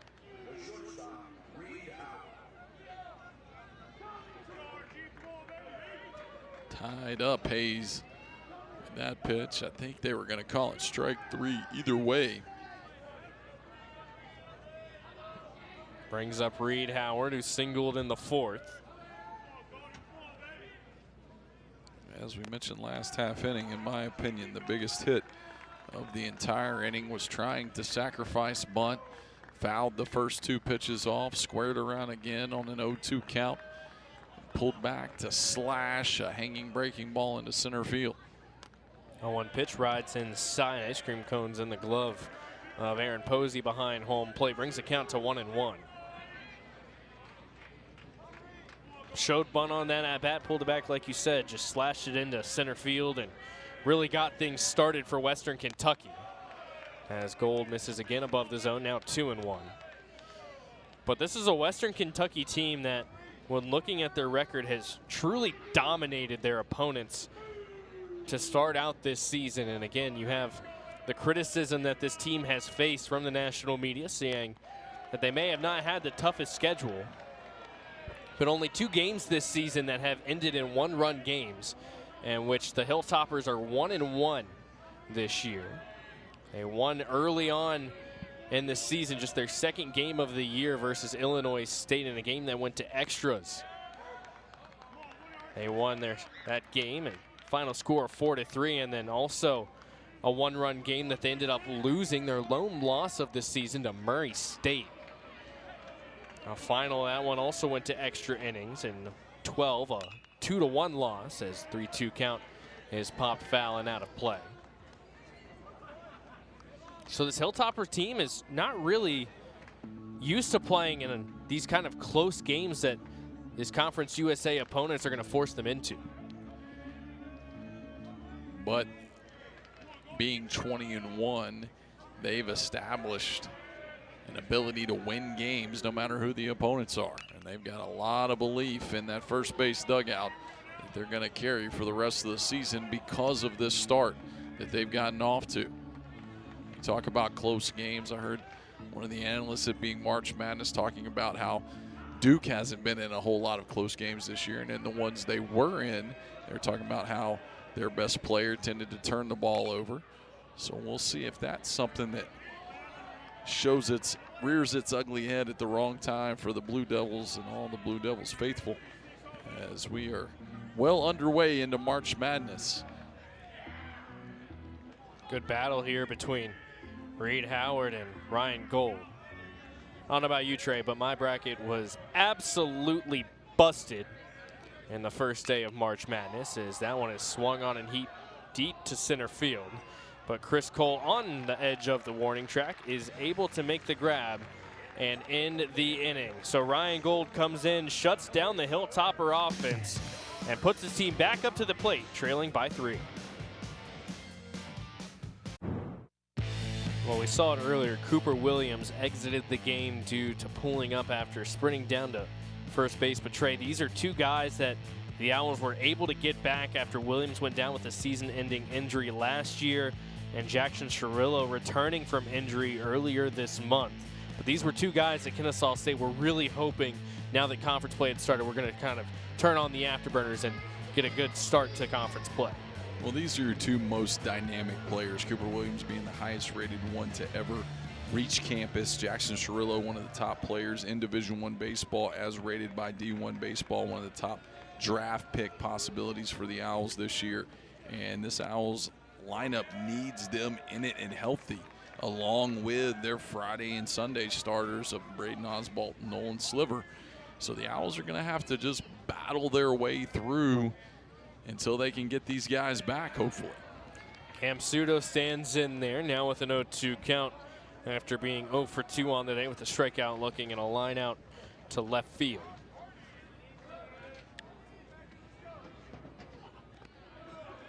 Takes the breaking ball and hits the dirt.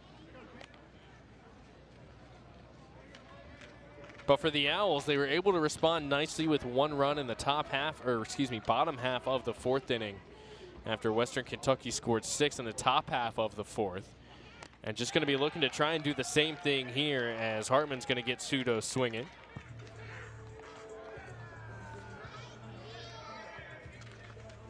Yeah, for the Owls, the formula is simple. They need Gold to hold them where they're at, and they need to chip away a little bit at a time.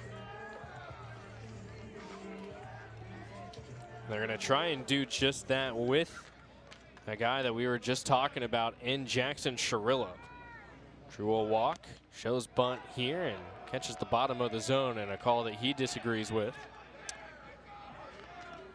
Western Kentucky has been playing a lot of pull shifts on the Owls' left-handed hitters tonight. Jackson Cirillo trying to take advantage of that. Squares around again.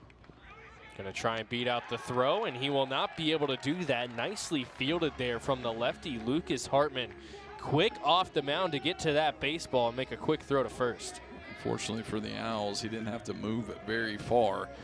If you're Cirillo and you're trying to bunt in a situation where they're playing a shift on you, you've got to make sure that you get the ball away from the pitcher. He's the one guy on that side of the field that can get you out. And you've got to on the line or foul is how you always teach them to do it. You want it on the line or foul when you're butting for a hit. And when you try to get out of the box a step too early, you usually pull the barrel of that bat with you if you're a left-handed hitter. And the result is what you got right there, which is a bunt right back to the mound and an easy second out. Very quick 2 outs here for the Owls to start off this 5th inning, with Wes Allig at the plate, a single in his last at-bat in the 3rd. But this is where Kennesaw State has excelled so far in this game, is 2-out hitting. In the 2nd inning, they got back-to-back singles with 2 outs from Chris Cole and Donovan Cash. Weren't able to do anything with it. In the 4th, with 2 outs, a Chris Cole double and a Donovan Cash RBI double gave Kennesaw State 1 run back, as they were able to chip back into the Western Kentucky lead. So going to try and spark a 2-out rally again here in this 5th. Swinging at a high fastball there was Alec, and he stays alive, 2-2.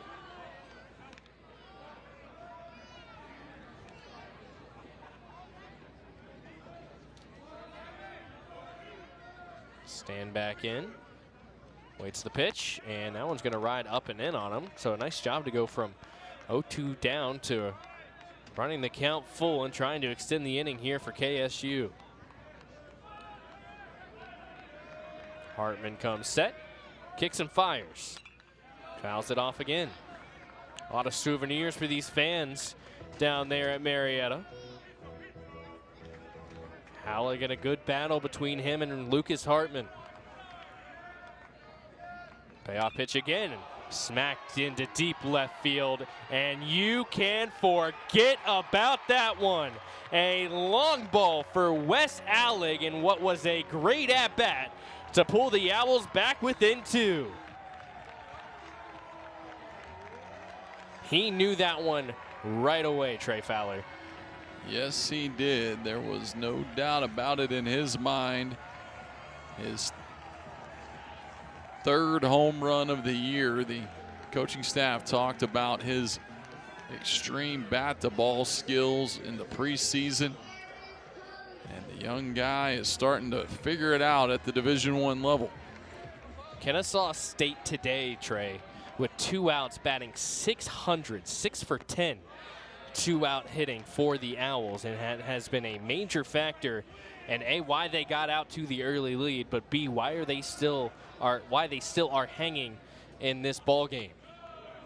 It's Aaron Posey at the plate trying to do the same thing Alec did and extend the inning.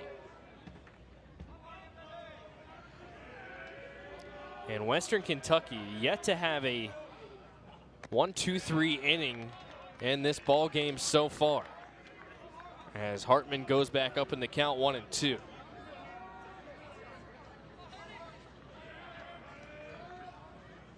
Kick and fire. Just misses that outside corner on the bottom of the zone, 2-2. 2 balls, 2 strikes, 2 outs for the Hilltoppers. 23rd pitch for Hartman coming up. Breaking ball off the plate. Back-to-back full count at bats here for Kennesaw State batters. Aaron Posey in the 8-hole, trying to bring up Shamar McDuffie. Payoff pitch. High fastball hit high into the air. This one not going to quite have the distance, as Ryan Weidman back-stepping onto the warning track is going to make the grab. But Wes Alleg, a monster bomb that was able to leave the ballpark. You saw the bat toss. He knew it right away. And he was able to bring the Owls back within 2 as Kennesaw State trails Western Kentucky 7-5 as we head to the 6th.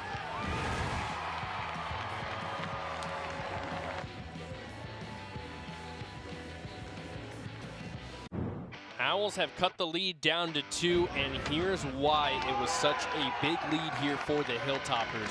A massive 4th inning that started out with a wild pitch that was able to score Dylan O'Connell, in which he came home, and then a slew of batters getting on base.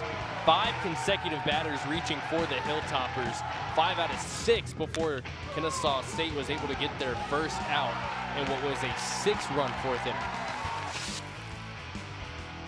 A big 4th inning there from the Hilltoppers, and why their offense is one of the best in Conference USA. There you see the different positions and different players that have played positionally for the Owls. They thought they had a formula figured out in the preseason that was going to work for them, but they've really had to navigate on the fly and change some stuff up. They thought they had it figured out. Now with Cooper Williams going down tonight, we're going to have to see some other guys step up and step in. Hudson Mims is the one that finds himself in that spot tonight, and we'll see what he can do. Ryan Gold back on the bump here for Kennesaw State to start off the 6th inning. Went 1-2-3 for the first time for either team in this ball game when he came in to start out the 5th inning. Started out with 2 strikeouts to Dylan O'Connell and to Kyle Hayes. Trails in this count 2-1. As it's fouled off, and now it'll be evened up at 2-2.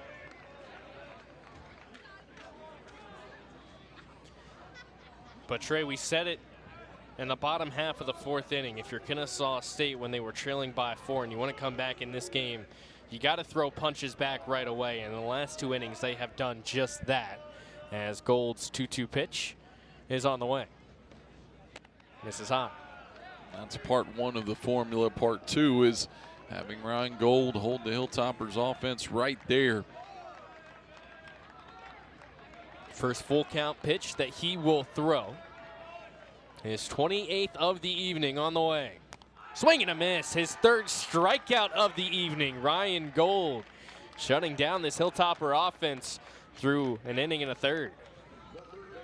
Good fastball here with some life up in the zone, riding up and in. A lot of left-handers make passes at that pitch, but very few can handle the ball up and in. We'll bring back up the top of the order Carlos Vasquez. Back-to-back doubles in his last 2 at-bats after starting out the game with a strikeout.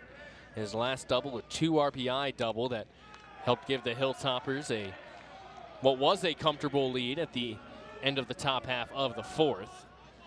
But now the Owls making things interesting as this game rolls along. As Gold finds himself ahead 0-1. His 2nd pitch is hit high into the air to deep right field. Chirillo a couple steps forward, then takes some back and will make the grab to record the 2nd out. Got that one in on Vasquez's hands. Last couple of at-bats, he's gotten balls out over the plate that he was able to extend on, but not so there. We'll bring up Ethan Lizama. He's 1 for 3 on the day with a double that came back in the 3rd.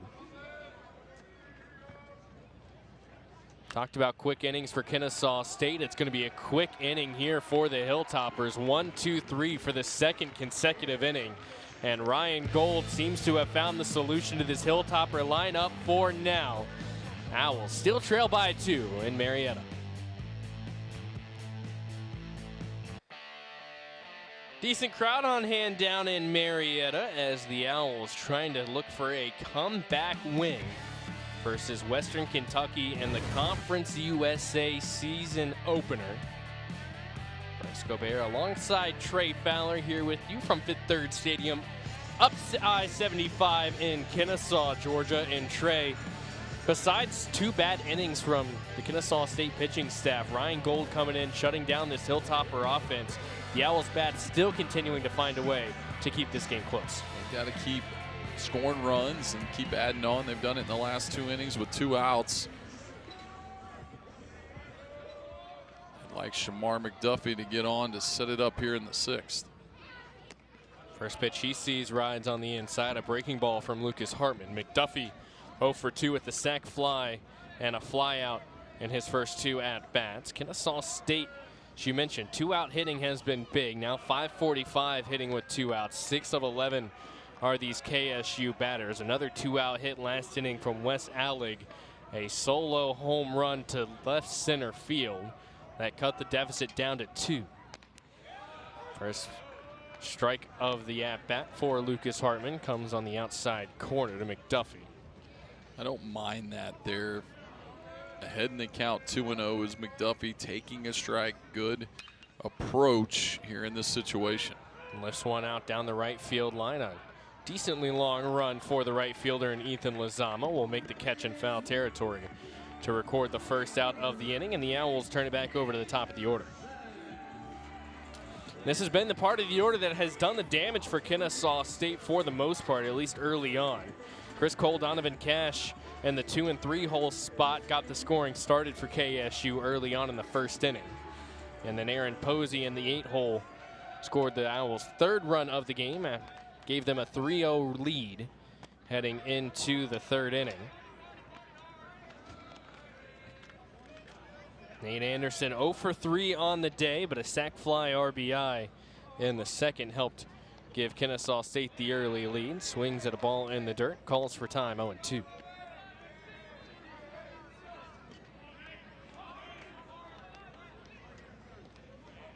Steps back in. 0-2 pitch. Another one down low. Second strikeout of the day for Lucas Hartman. And he'll sit down Nate Anderson. And what's, again, 2 quick outs here for this Kennesaw State team. But 2 out hitting is where the Owls have been comfortable in this ballgame so far.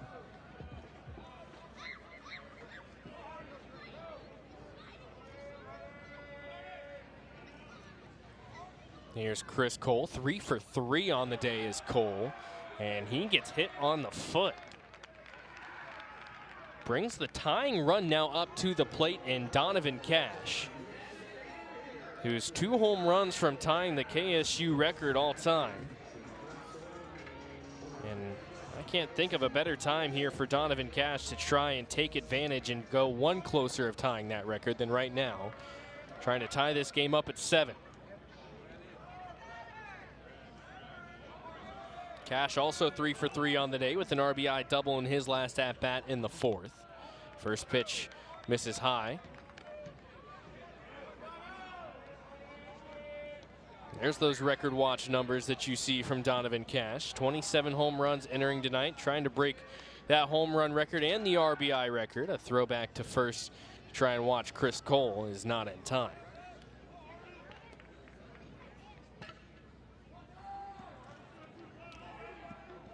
Current home run mark held by Andy Chris Caden, who did it in only 2 seasons. Throw back to Cole again. That one a little bit closer, but still not in time. 2 seasons is impressive in college for 29 home runs. We saw what Charlie Condon was able to do just a few seasons ago, rather last year, and what numbers he was able to put up. And Cash has to get out of the way of that one. Cole has to retreat back to first after having a pretty big lead off. And I can't tell if they're trying to avoid pitching anything easy here for Donovan Cash to hit, or if Hartman just can't find his control right now. Another throwback to Chris Cole at first won't be there.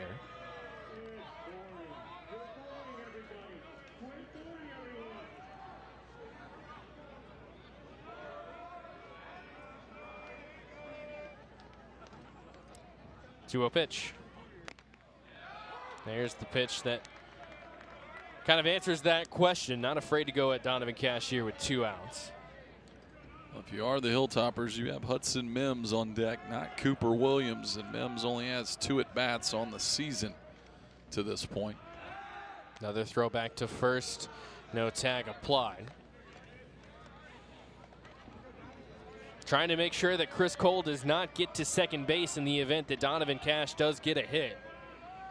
No, the wheels that Cole has is a big swing and miss there from Cash. Cash was going for the downs on that one, looking to tie this game up with 1 swing of the bat. 2-2 pitch on the way here from Lucas Hartman. I'll have to wait. Probably the 5th time that he's thrown back to Chris Cole over there at first base. You can see the dirt starting to build up right on that second base side of the first base bag. 2-2 pitch again. Another throwback. This time it was a lot closer, but the 6th throwback unsuccessful.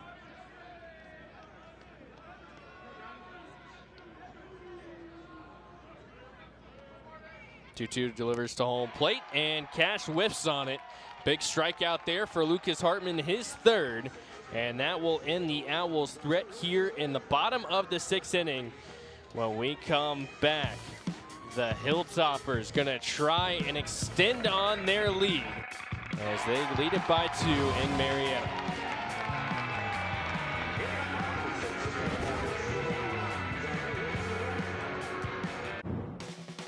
A homecoming here for Ryan Weidman, the Marietta, Georgia native, playing in his old hometown. And what has been an impressive season so far for the junior. Top 10 in all those categories. Right now, 3rd in the NCAA in batting average with a .489, leads the country in hits, and 9th in the NCAA in stolen bases. With that being said, I'll pass it back over to Trey Fowler, who will take you home the rest of the way. Thank you so much, Bryce. Weidman steps in, Hilltoppers on top 7-5 here in the top of the 7th inning. Ryan Gold starting inning number 3 for him. So far, so good in his outing. 6 up, 6 down with 3 strikeouts. Weidman on the night, 1 for 2, couple of RBIs, couple of stolen bases. He had a 2 RBI single back in that 5-run 4th inning.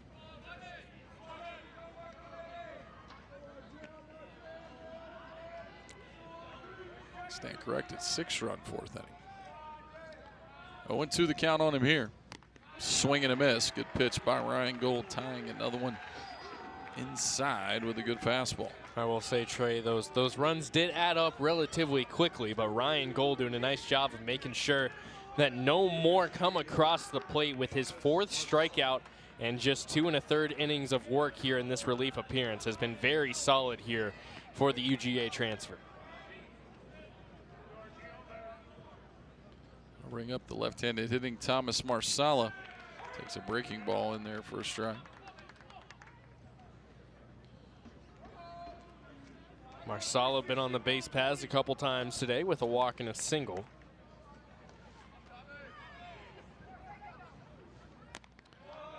Pitch upstairs, 1-1 the count. Probably not the first time Ryan Gold and Ryan Weidman have squared off against each other. Gold from just down the road at Campbell High School in Smyrna. 1-1 pitch, fouled away.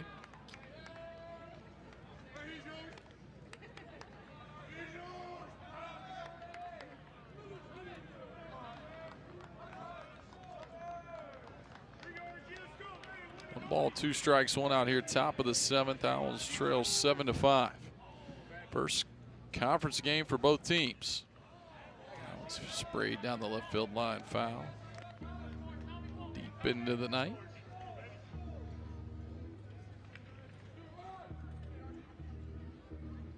These teams will play 2 more this weekend. 4 o'clock tomorrow. 1 o'clock on Sunday. Jordan Griffith and Bryce will have those calls for you. That one's lined into center field, but standing right in the way, Shamar McDuffie. The Owls had him positioned perfectly there. Exactly what you're looking for in that defensive shift. You see him standing right behind that second base bag. Just has to react quickly, take a quick 2-step hop to his right to record out number 2. And what has kept a very solid outing here for Ryan Gold so far. This Hilltopper team yet to figure out how to beat him in this one. First pitch to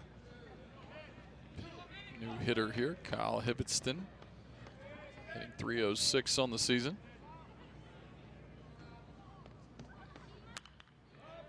Pops that one up and out of play.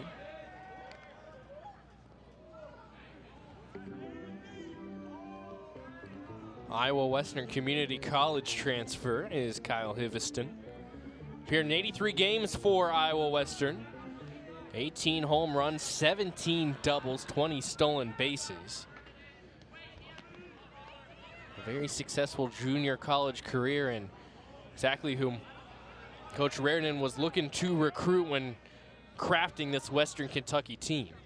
0-1 pitch, hit high and into right field. Should be an easy play for Cirillo. He settles underneath it, makes the catch for out number 3. So 9 up and 9 down for Ryan Gold. He's done his job. The Owls offense will look to do theirs, trailing 7-5, heading to the stretch.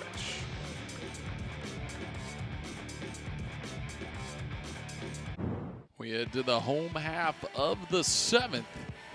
Sir Walter Kelly Senior Field on the campus of Kennesaw State University South. See the fans enjoying the hill.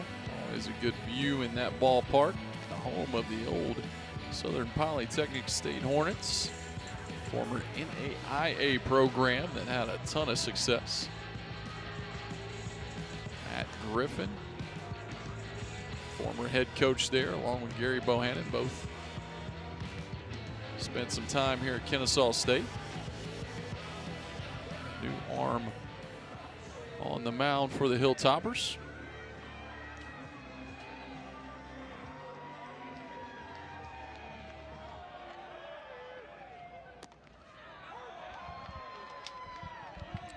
First pitch to Hudson Mims is a strike. That one just a bit high.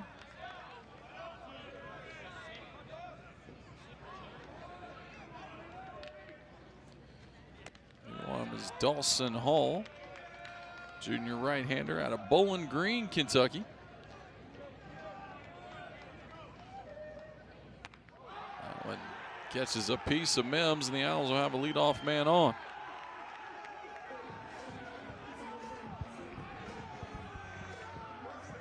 The Owls dugout fired up about that hit by pitch, catches him on the elbow. Luckily wearing the elbow guard.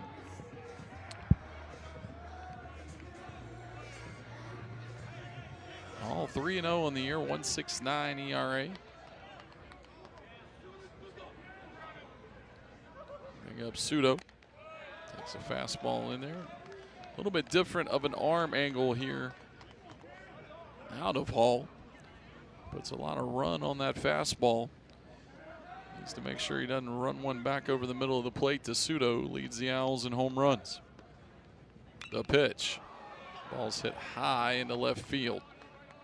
Ranging under it is the left fielder O'Connell. He makes the catch for out number 1.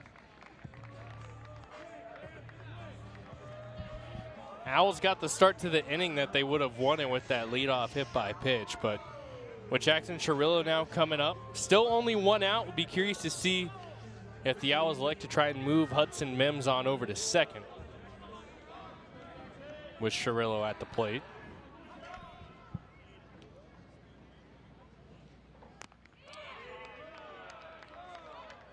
Hall, as a sophomore a year ago, 1.69 ERA was the best the program had seen since 1981. That's a long time.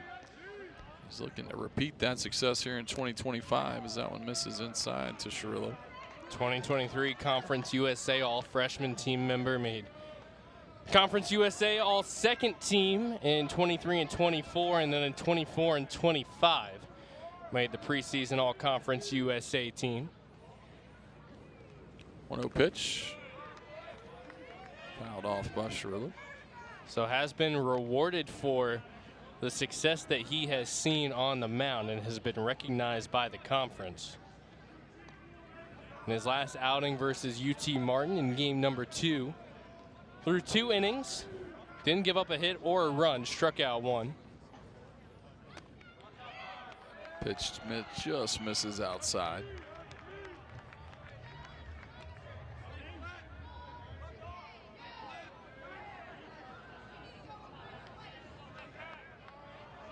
Owls trail 7-5 with a man on first, 1 out here in the bottom of the 7th. The pitch, lined into center field, just over the outstretched, leaping right arm, left glove hand of the shortstop Howard. The Owls have him first and second. And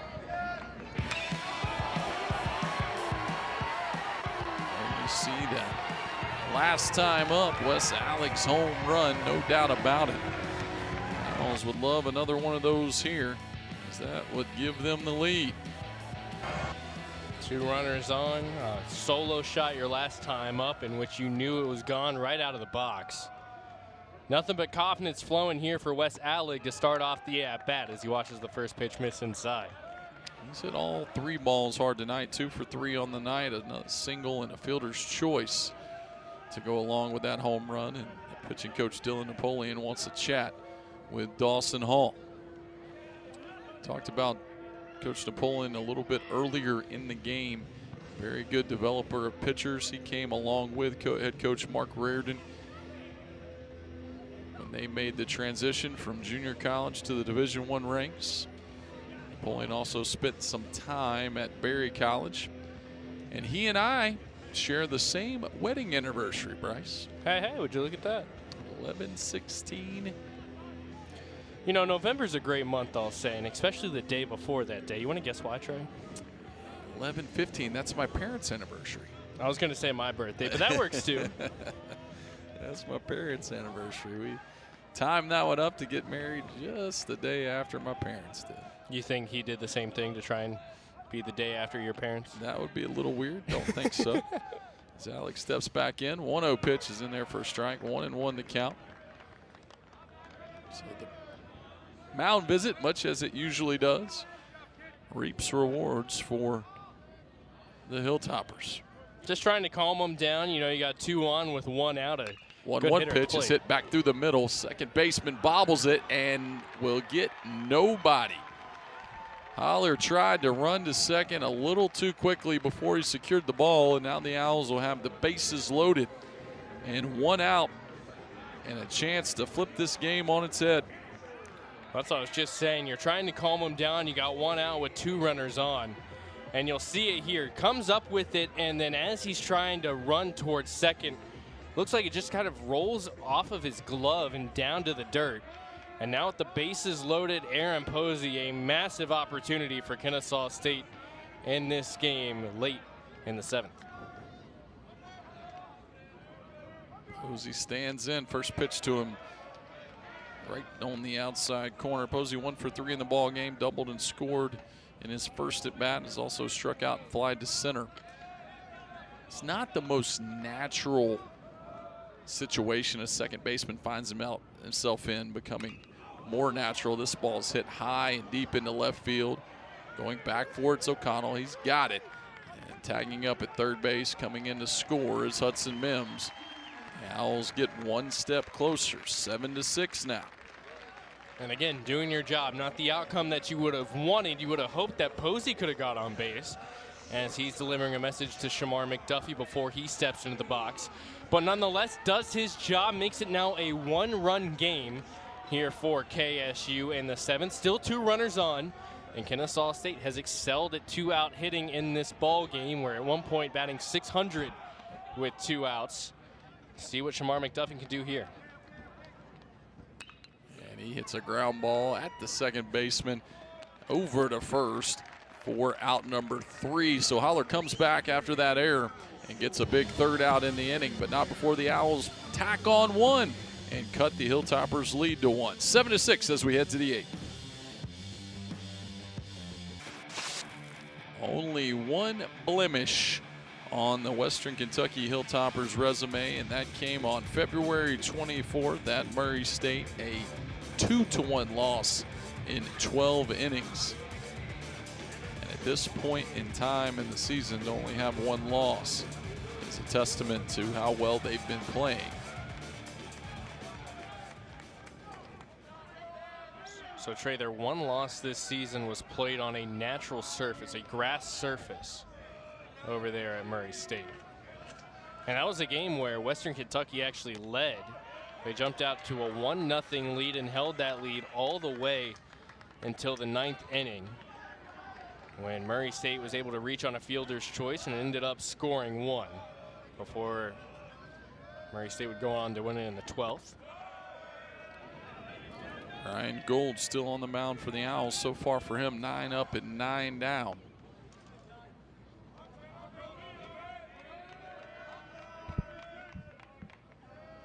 One pitch in there for strike, 1-2. Talked briefly about your busted bracket earlier in the day. I be honest with you, I feel 2 out right at the last minute. I don't even remember who I picked. I had Auburn going all the way. 1-2 pitch downstairs, 2-2. I did have Auburn. I think I had Auburn going all the way in one and Tennessee in the other one. I do remember that. Other than that, I can't really remember. 2-2 pitch. I spent all week trying to sell squares for my daughter's softball team. We were doing a fundraiser for them, and we were trying to sell March Madness squares. So that's what took up my time. Payoff pitch popped up. Who wants it? Pseudo calling for it. Alex going to give away. You'd like to see the middle infielder take charge there, but the freshman gives way to the 5th-year man.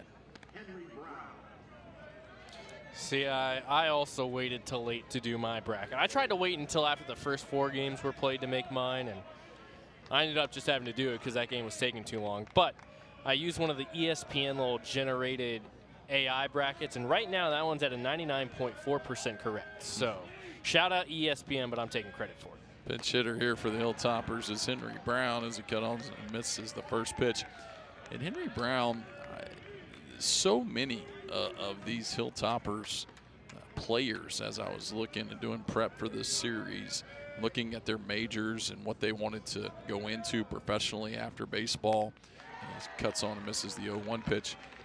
Very interesting, and one I had to look up. I had no idea, I'd never heard of this. He wants to be a smoke jumper when he finishes, which is basically someone who jumps out of an airplane into a wildfire and is kind of like the first line of defense. He hits this one high and deep down the left field line.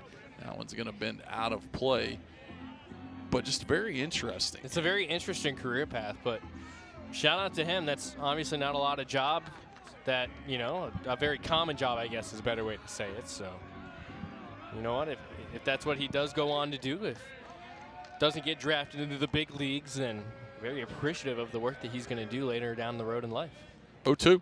Fastball up and in, ties him up.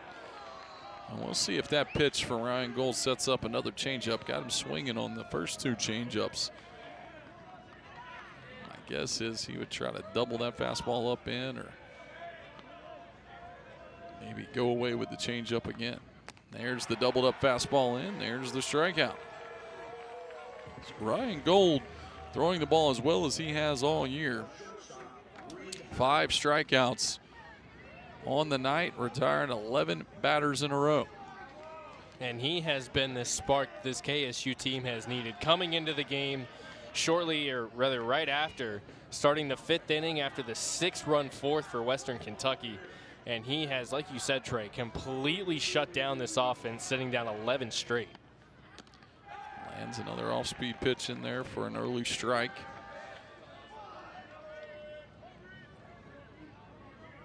He's got 5 strikeouts right now, does Ryan Gold. He's had 4 twice on the season in the first game of the year versus Rutgers. Another good off-speed pitch there, swung on and missed by Reed Howard. And then earlier on in the month of March versus Mercer in the Animals' 5-3 win, he pitched 3 2/3 in that one, gave up 2 hits, 2 runs. They were both earned, struck out 4. Trying to end it here. 0-2 pitch. That one's lined foul down the left field line.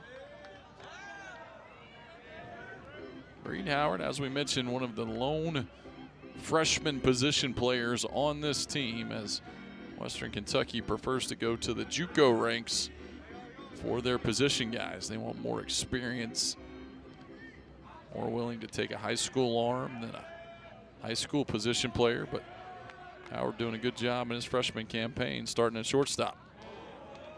It just gets a piece of that one. Posey not able to hang on. Yeah, he got his glove to it. Gold thought he had the strikeout. You'll see it on his reaction, and Posey just couldn't hold on to it. Not much you can do there as a pitcher. Just unfortunate Posey couldn't keep that under control and end the inning. Another 0-2. Foul back and out of play. Coming up on his 58th pitch of the evening is Gold, and what we can see on the KSU stats page, his season high so far on the year is 68, but not sure that that is wholly accurate, given that he pitched 6 innings versus Rutgers on February 14th. Another foul ball as Howard is putting up a good fight here. Howard got the unique opportunity to play in high school for his father. He had 40 career high school home runs. 0-2. Just misses off the inside corner. Two-sport athlete in high school, not just baseball, was also a basketball player at Forest Park High School, the Indiana native. 1-2. Cued off the end of the bat. We saw an at-bat like this earlier on in the game, Trey, and I can't remember what Owl hitter it was. But there was a Kennesaw State hitter, it might have been Chris Cole, who battled down after being down 0-2 in a count early, was able to foul off a lot of pitches, eventually worked the count back full, and then got a 3-2 pitch single down the right field line, or double, I believe it was, down the right field line. 1-2 pitch, fouled away again. Not making life easy here for Ryan Gold, and you can see why that frustration was setting in when Posey when Posey was unable to hold on to that foul tip into the mitt. He knew that this was going to be a tough at-bat with kind of the desperateness of Western Kentucky trying to add on to this lead. 1-2 again, fouled away. This is a big out for Gold to get. You know, some people might think that Howard reaching here doesn't mean a whole lot in the big scheme of things, but it means that Ryan Weidman's going to come to the plate one more time in this game. If he can get Howard out and face the minimum again in the ninth, they won't have to face Weidman again. 1-2, swung on and missed. And Posey will have to retire him at first base, which he does. And 12 in a row set down now by Ryan Gold. He has done his job. And once again, it'll be the Owls offense that looks to cut into this 7-6 Hilltopper lead. And we are back. New arm on the bump for the Hilltoppers is going to be Cal Higgins. And he holds the distinction of being the only player on the Western Kentucky roster that came with this coaching staff, Mark Reardon and Dylan Napoleon, from the junior college ranks. He's played with them for 4 seasons now and has really transformed not only his body but his whole pitching repertoire since he has been with them. Came in out of Nebraska, 81-84. He trimmed down a little bit. He's pumped that velocity up to 92 now and has become a mainstay in their bullpen, and he'll face the top of the Owls order as Nate Anderson stands in. And quickly ahead of him, 0-2. This is a guy that has really improved since his freshman year. 9.58 in 18 appearances in his freshman year, 3.18 ERA in his sophomore season in 2024 and 22 appearances. And now on a swinging bunt out in front of the plate, no play for Higgins. So the Owls a fortunate benefactor of being able to make some contact there after falling down 0-2. And we'll see how the Owls choose to play this offensively with a leadoff man on, trailing a run here in the 8th inning. Nate Anderson got on his horse and was able to make sure that that throw wasn't going to happen there from Higgins. I think a great call here would be a bunt. Chris Cole can handle the bat. He bunts well. You got a big man on the mound that's a left-handed pitcher. A tough play for him. He does square around the bunt and takes a strike. Higgins has 0.68 ERA this year. Like you said earlier, been a very solid option for WKU out of the bullpen. KSU going to try and look and attack early with a leadoff batter on. 0-1, Cole takes strike number 2, fastball at the top of the zone, and he's quickly behind 0-2. Second time in a row now that Higgins has put a batter behind 0-2 within the first 2 pitches. See what Cole can do here. 3 for 3 on the day, hit by a pitch in his last at-bat. And he swings and misses at a ball in the dirt. Not a good at bat for Chris Cole and the Owls. As I said, I would have really liked to have seen him lay a bunt down. He's very good at it. And if he would have got a ball down in the same spot that Anderson did, best case scenario, I think for the Hilltoppers, I think the Owls are first and second. That's a really tough play for a big guy like Higgins, especially a left-handed pitcher coming off the mound. The Owls could have been a runner at third and a run in as Anderson's on the move, and that ball gets away. And it'll be a stolen base for Nate Anderson. Anderson almost overslid that bag, came in with a lot of speed as we get another look at it here. Good jump right away, quick check back, see where he's at. And then nearly overslid as that ball got away from the second baseman and rather shortstop and Howard. 0-1 the count on Donovan Cash. Pitch misses low, 1-1. Cash in a favorable matchup right now. The right-handed batter versus the left-handed pitcher. Going to be looking for that pitch on the inside. But Donovan Cash not afraid to swing at anything, anywhere. 1-1, misses just low, 2-1. Be interested to see what the Owls do next here. If you've still got a runner at second and 2 outs, or a runner at second, first and second, and 1 out. with Mims' spot due up. You got a guy over there, freshman in Bradfield, who's been swinging a hot bat, but 2-1 in their first strike. A good pitch at the bottom of the zone on the inside corner. Very similar to pitch to what we just saw from the pitch before that missed down low for a ball. So not afraid to attack that same spot. Curious what we'll go with here on the 2-2 pitch.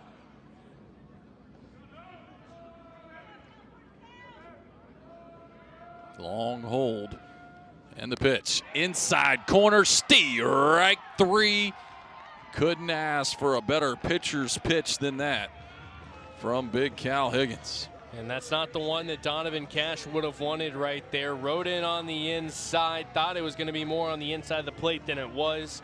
And a great pitch there from Cal Higgins, dealing with the top of this Owls order really well.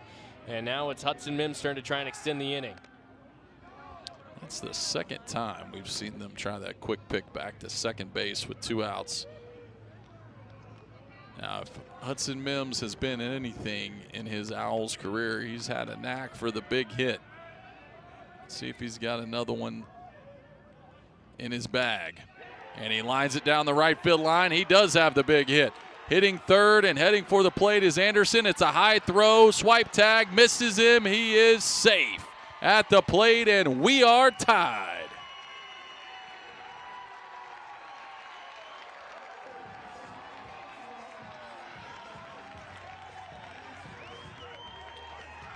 A little discussion is going to be made here. Now, typically speaking, in that situation, the home plate umpire, if the tag is not made initially, he's not supposed to make a call, and you'll see it here on the replay. Nice job by Hudson Mims jumping on a fastball early, and a really good job by the right fielder in Lazama of a strong throw to the plate. You'll see he calls safe there initially.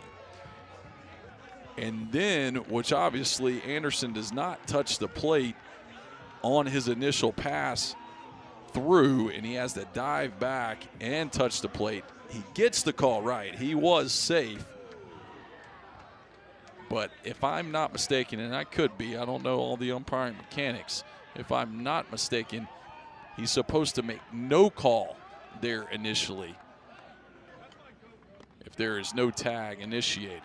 And that'll bring up Cam Sudo. Not quite sure why Hudson Mims did not advance to second on that play, but he stands at first with 2 outs now in a tie game.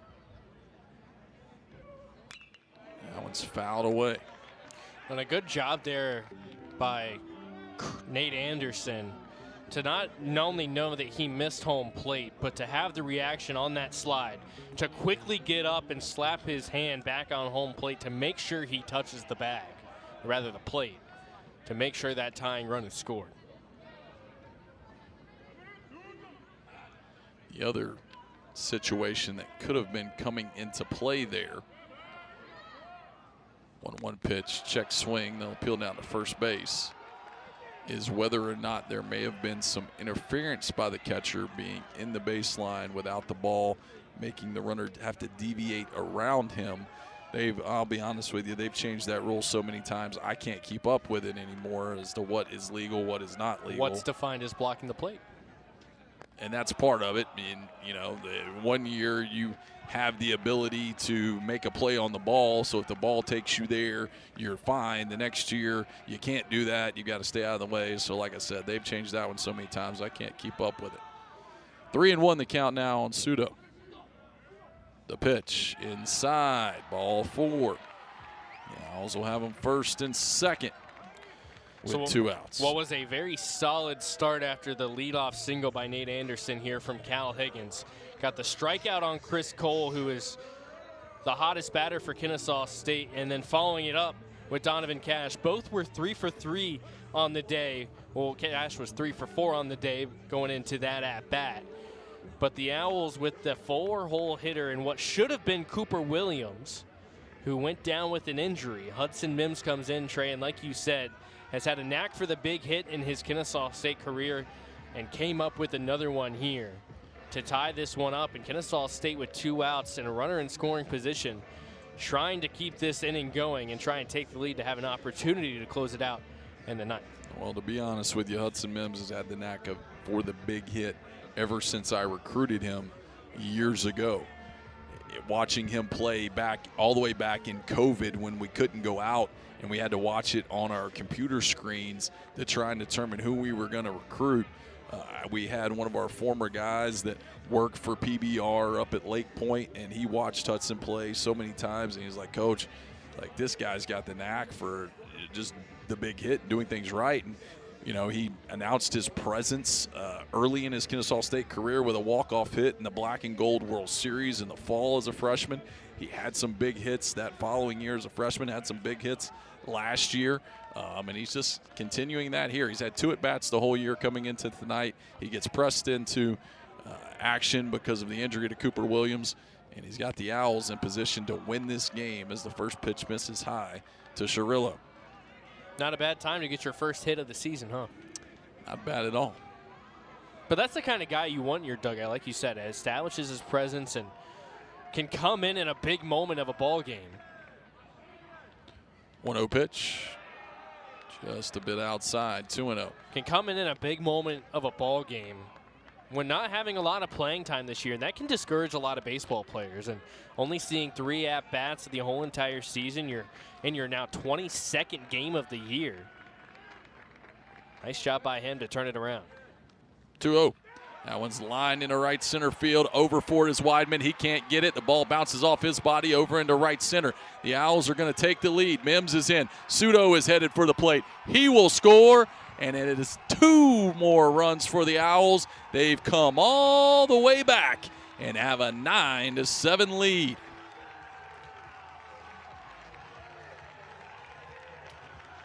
And this team is pumped up, and they're excited to have Jackson Cirillo back in the lineup day in and day out.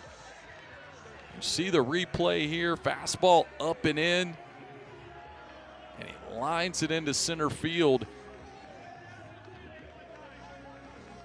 You know what was funny is what was mentioned in our call yesterday was the fact that Cirillo played that game down at Georgia Southern. He got a big double left on left late in that game, and they felt like that might be the spark that got him going. But, Trey, we come back to it.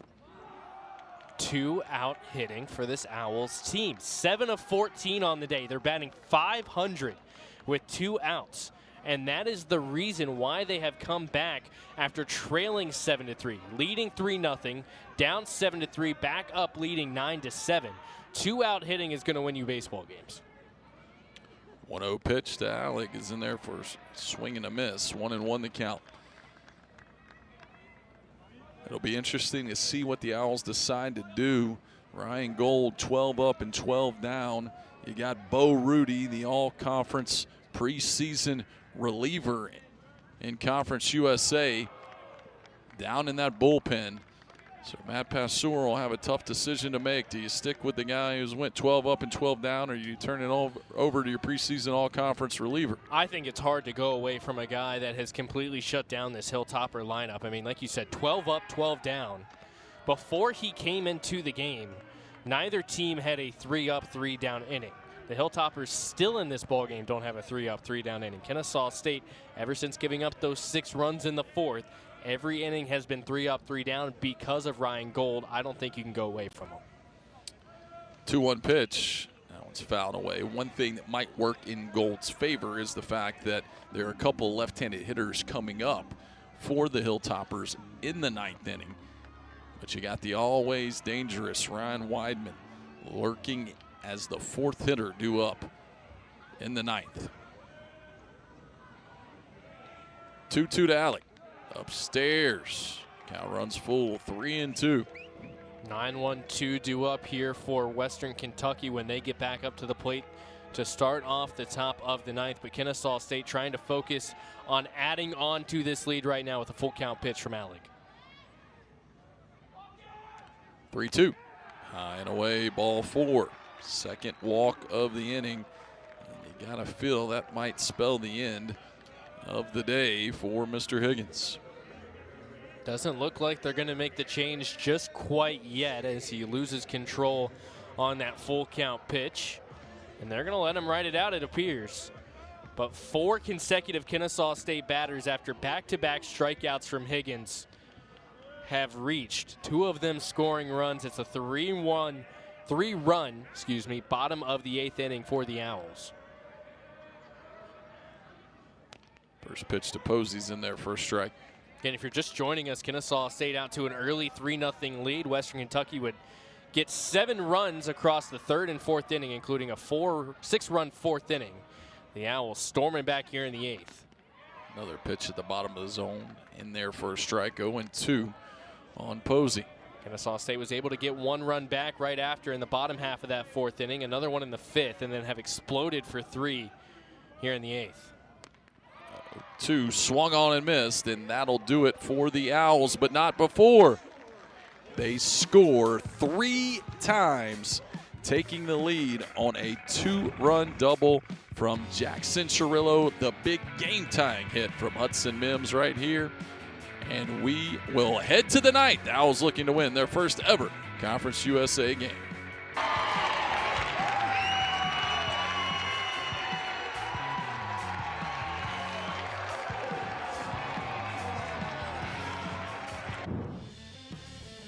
Conference USA play starting off mad, just like March Madness going on, and nobody's been madder than Ryan Gold on the bump. 12 up and 12 down. The Owls were trailing when he came in.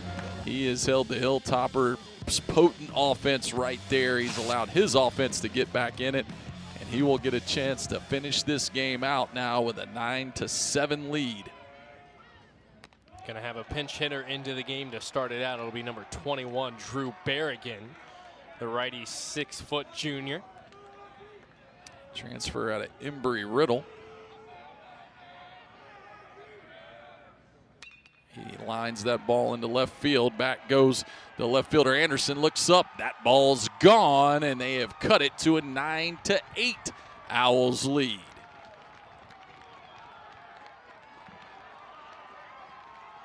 Exactly what Western Kentucky needed to come out to do. We talked about Kennesaw State after giving up the 6 runs, needing to come back and punch back.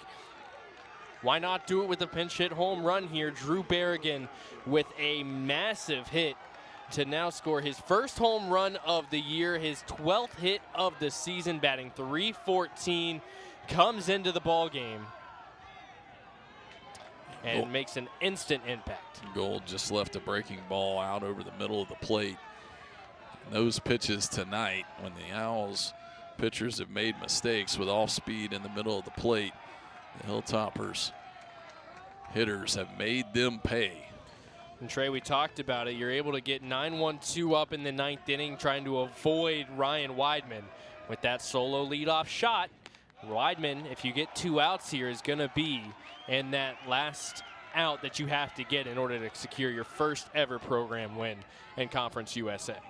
And we'll be interested to see if he faces Gold or Bo Rudy. Got to expect that Rudy's up in that Owls pen as a home plate umpire is trying to quiet down that Hilltoppers dugout, who seemed a little dismayed at the strike call in that previous pitch that appeared to be a little up in the zone.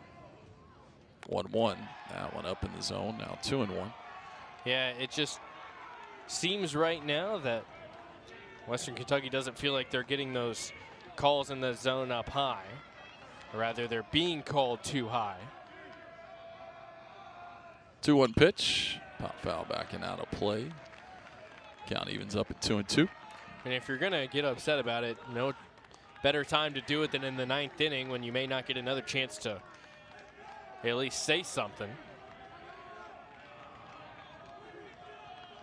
Vasquez has had a good day, couple of doubles.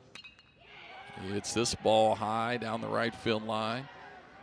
Ranging towards the corners, Cirillo makes the catch for out number 1. I'll tell you what, Trey, this crowd down there in Marietta, even though we aren't there, it has been a very electric environment for the Conference USA home opener. The fans down there, both dugouts have been loud, have been energetic. It's been a really fun game so far for these fans to be treated to, and for us as, you know, broadcasters that can't be there, can feel the energy all the way up here in Kennesaw. It's always good as Ethan Lazama steps in. 1 for 4 on the night. Had a double and an RBI. Drove in that first run for the Hilltoppers back in the 3rd inning. Part of back-to-back doubles. 1-0. That ball's hit high and deep down the right field line, but judging by his reaction, he may have pulled it just foul, and he did. He was upset with that one right away. You can see him still frustrated with himself just early on that swing. If he can straighten it out a little bit more, that one for sure ties this game up at 9. He's going to want that pitch back, no doubt. He hit that one a long way as the count evens up. 1-1. Swing and a miss. Better job of locating there by Ryan Gold, getting that one further on the outside corner. If need be, Daniel Powell up and warming in the Kennesaw State bullpen with a 1-2 count here in favor of Ryan Gold.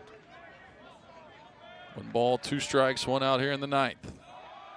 2-2.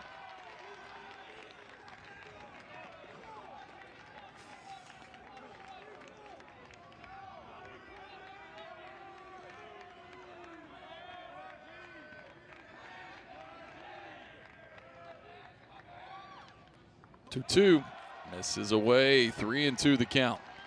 Big pitch forthcoming. Last thing you want to do is put on a base runner in front of Ryan Weidman.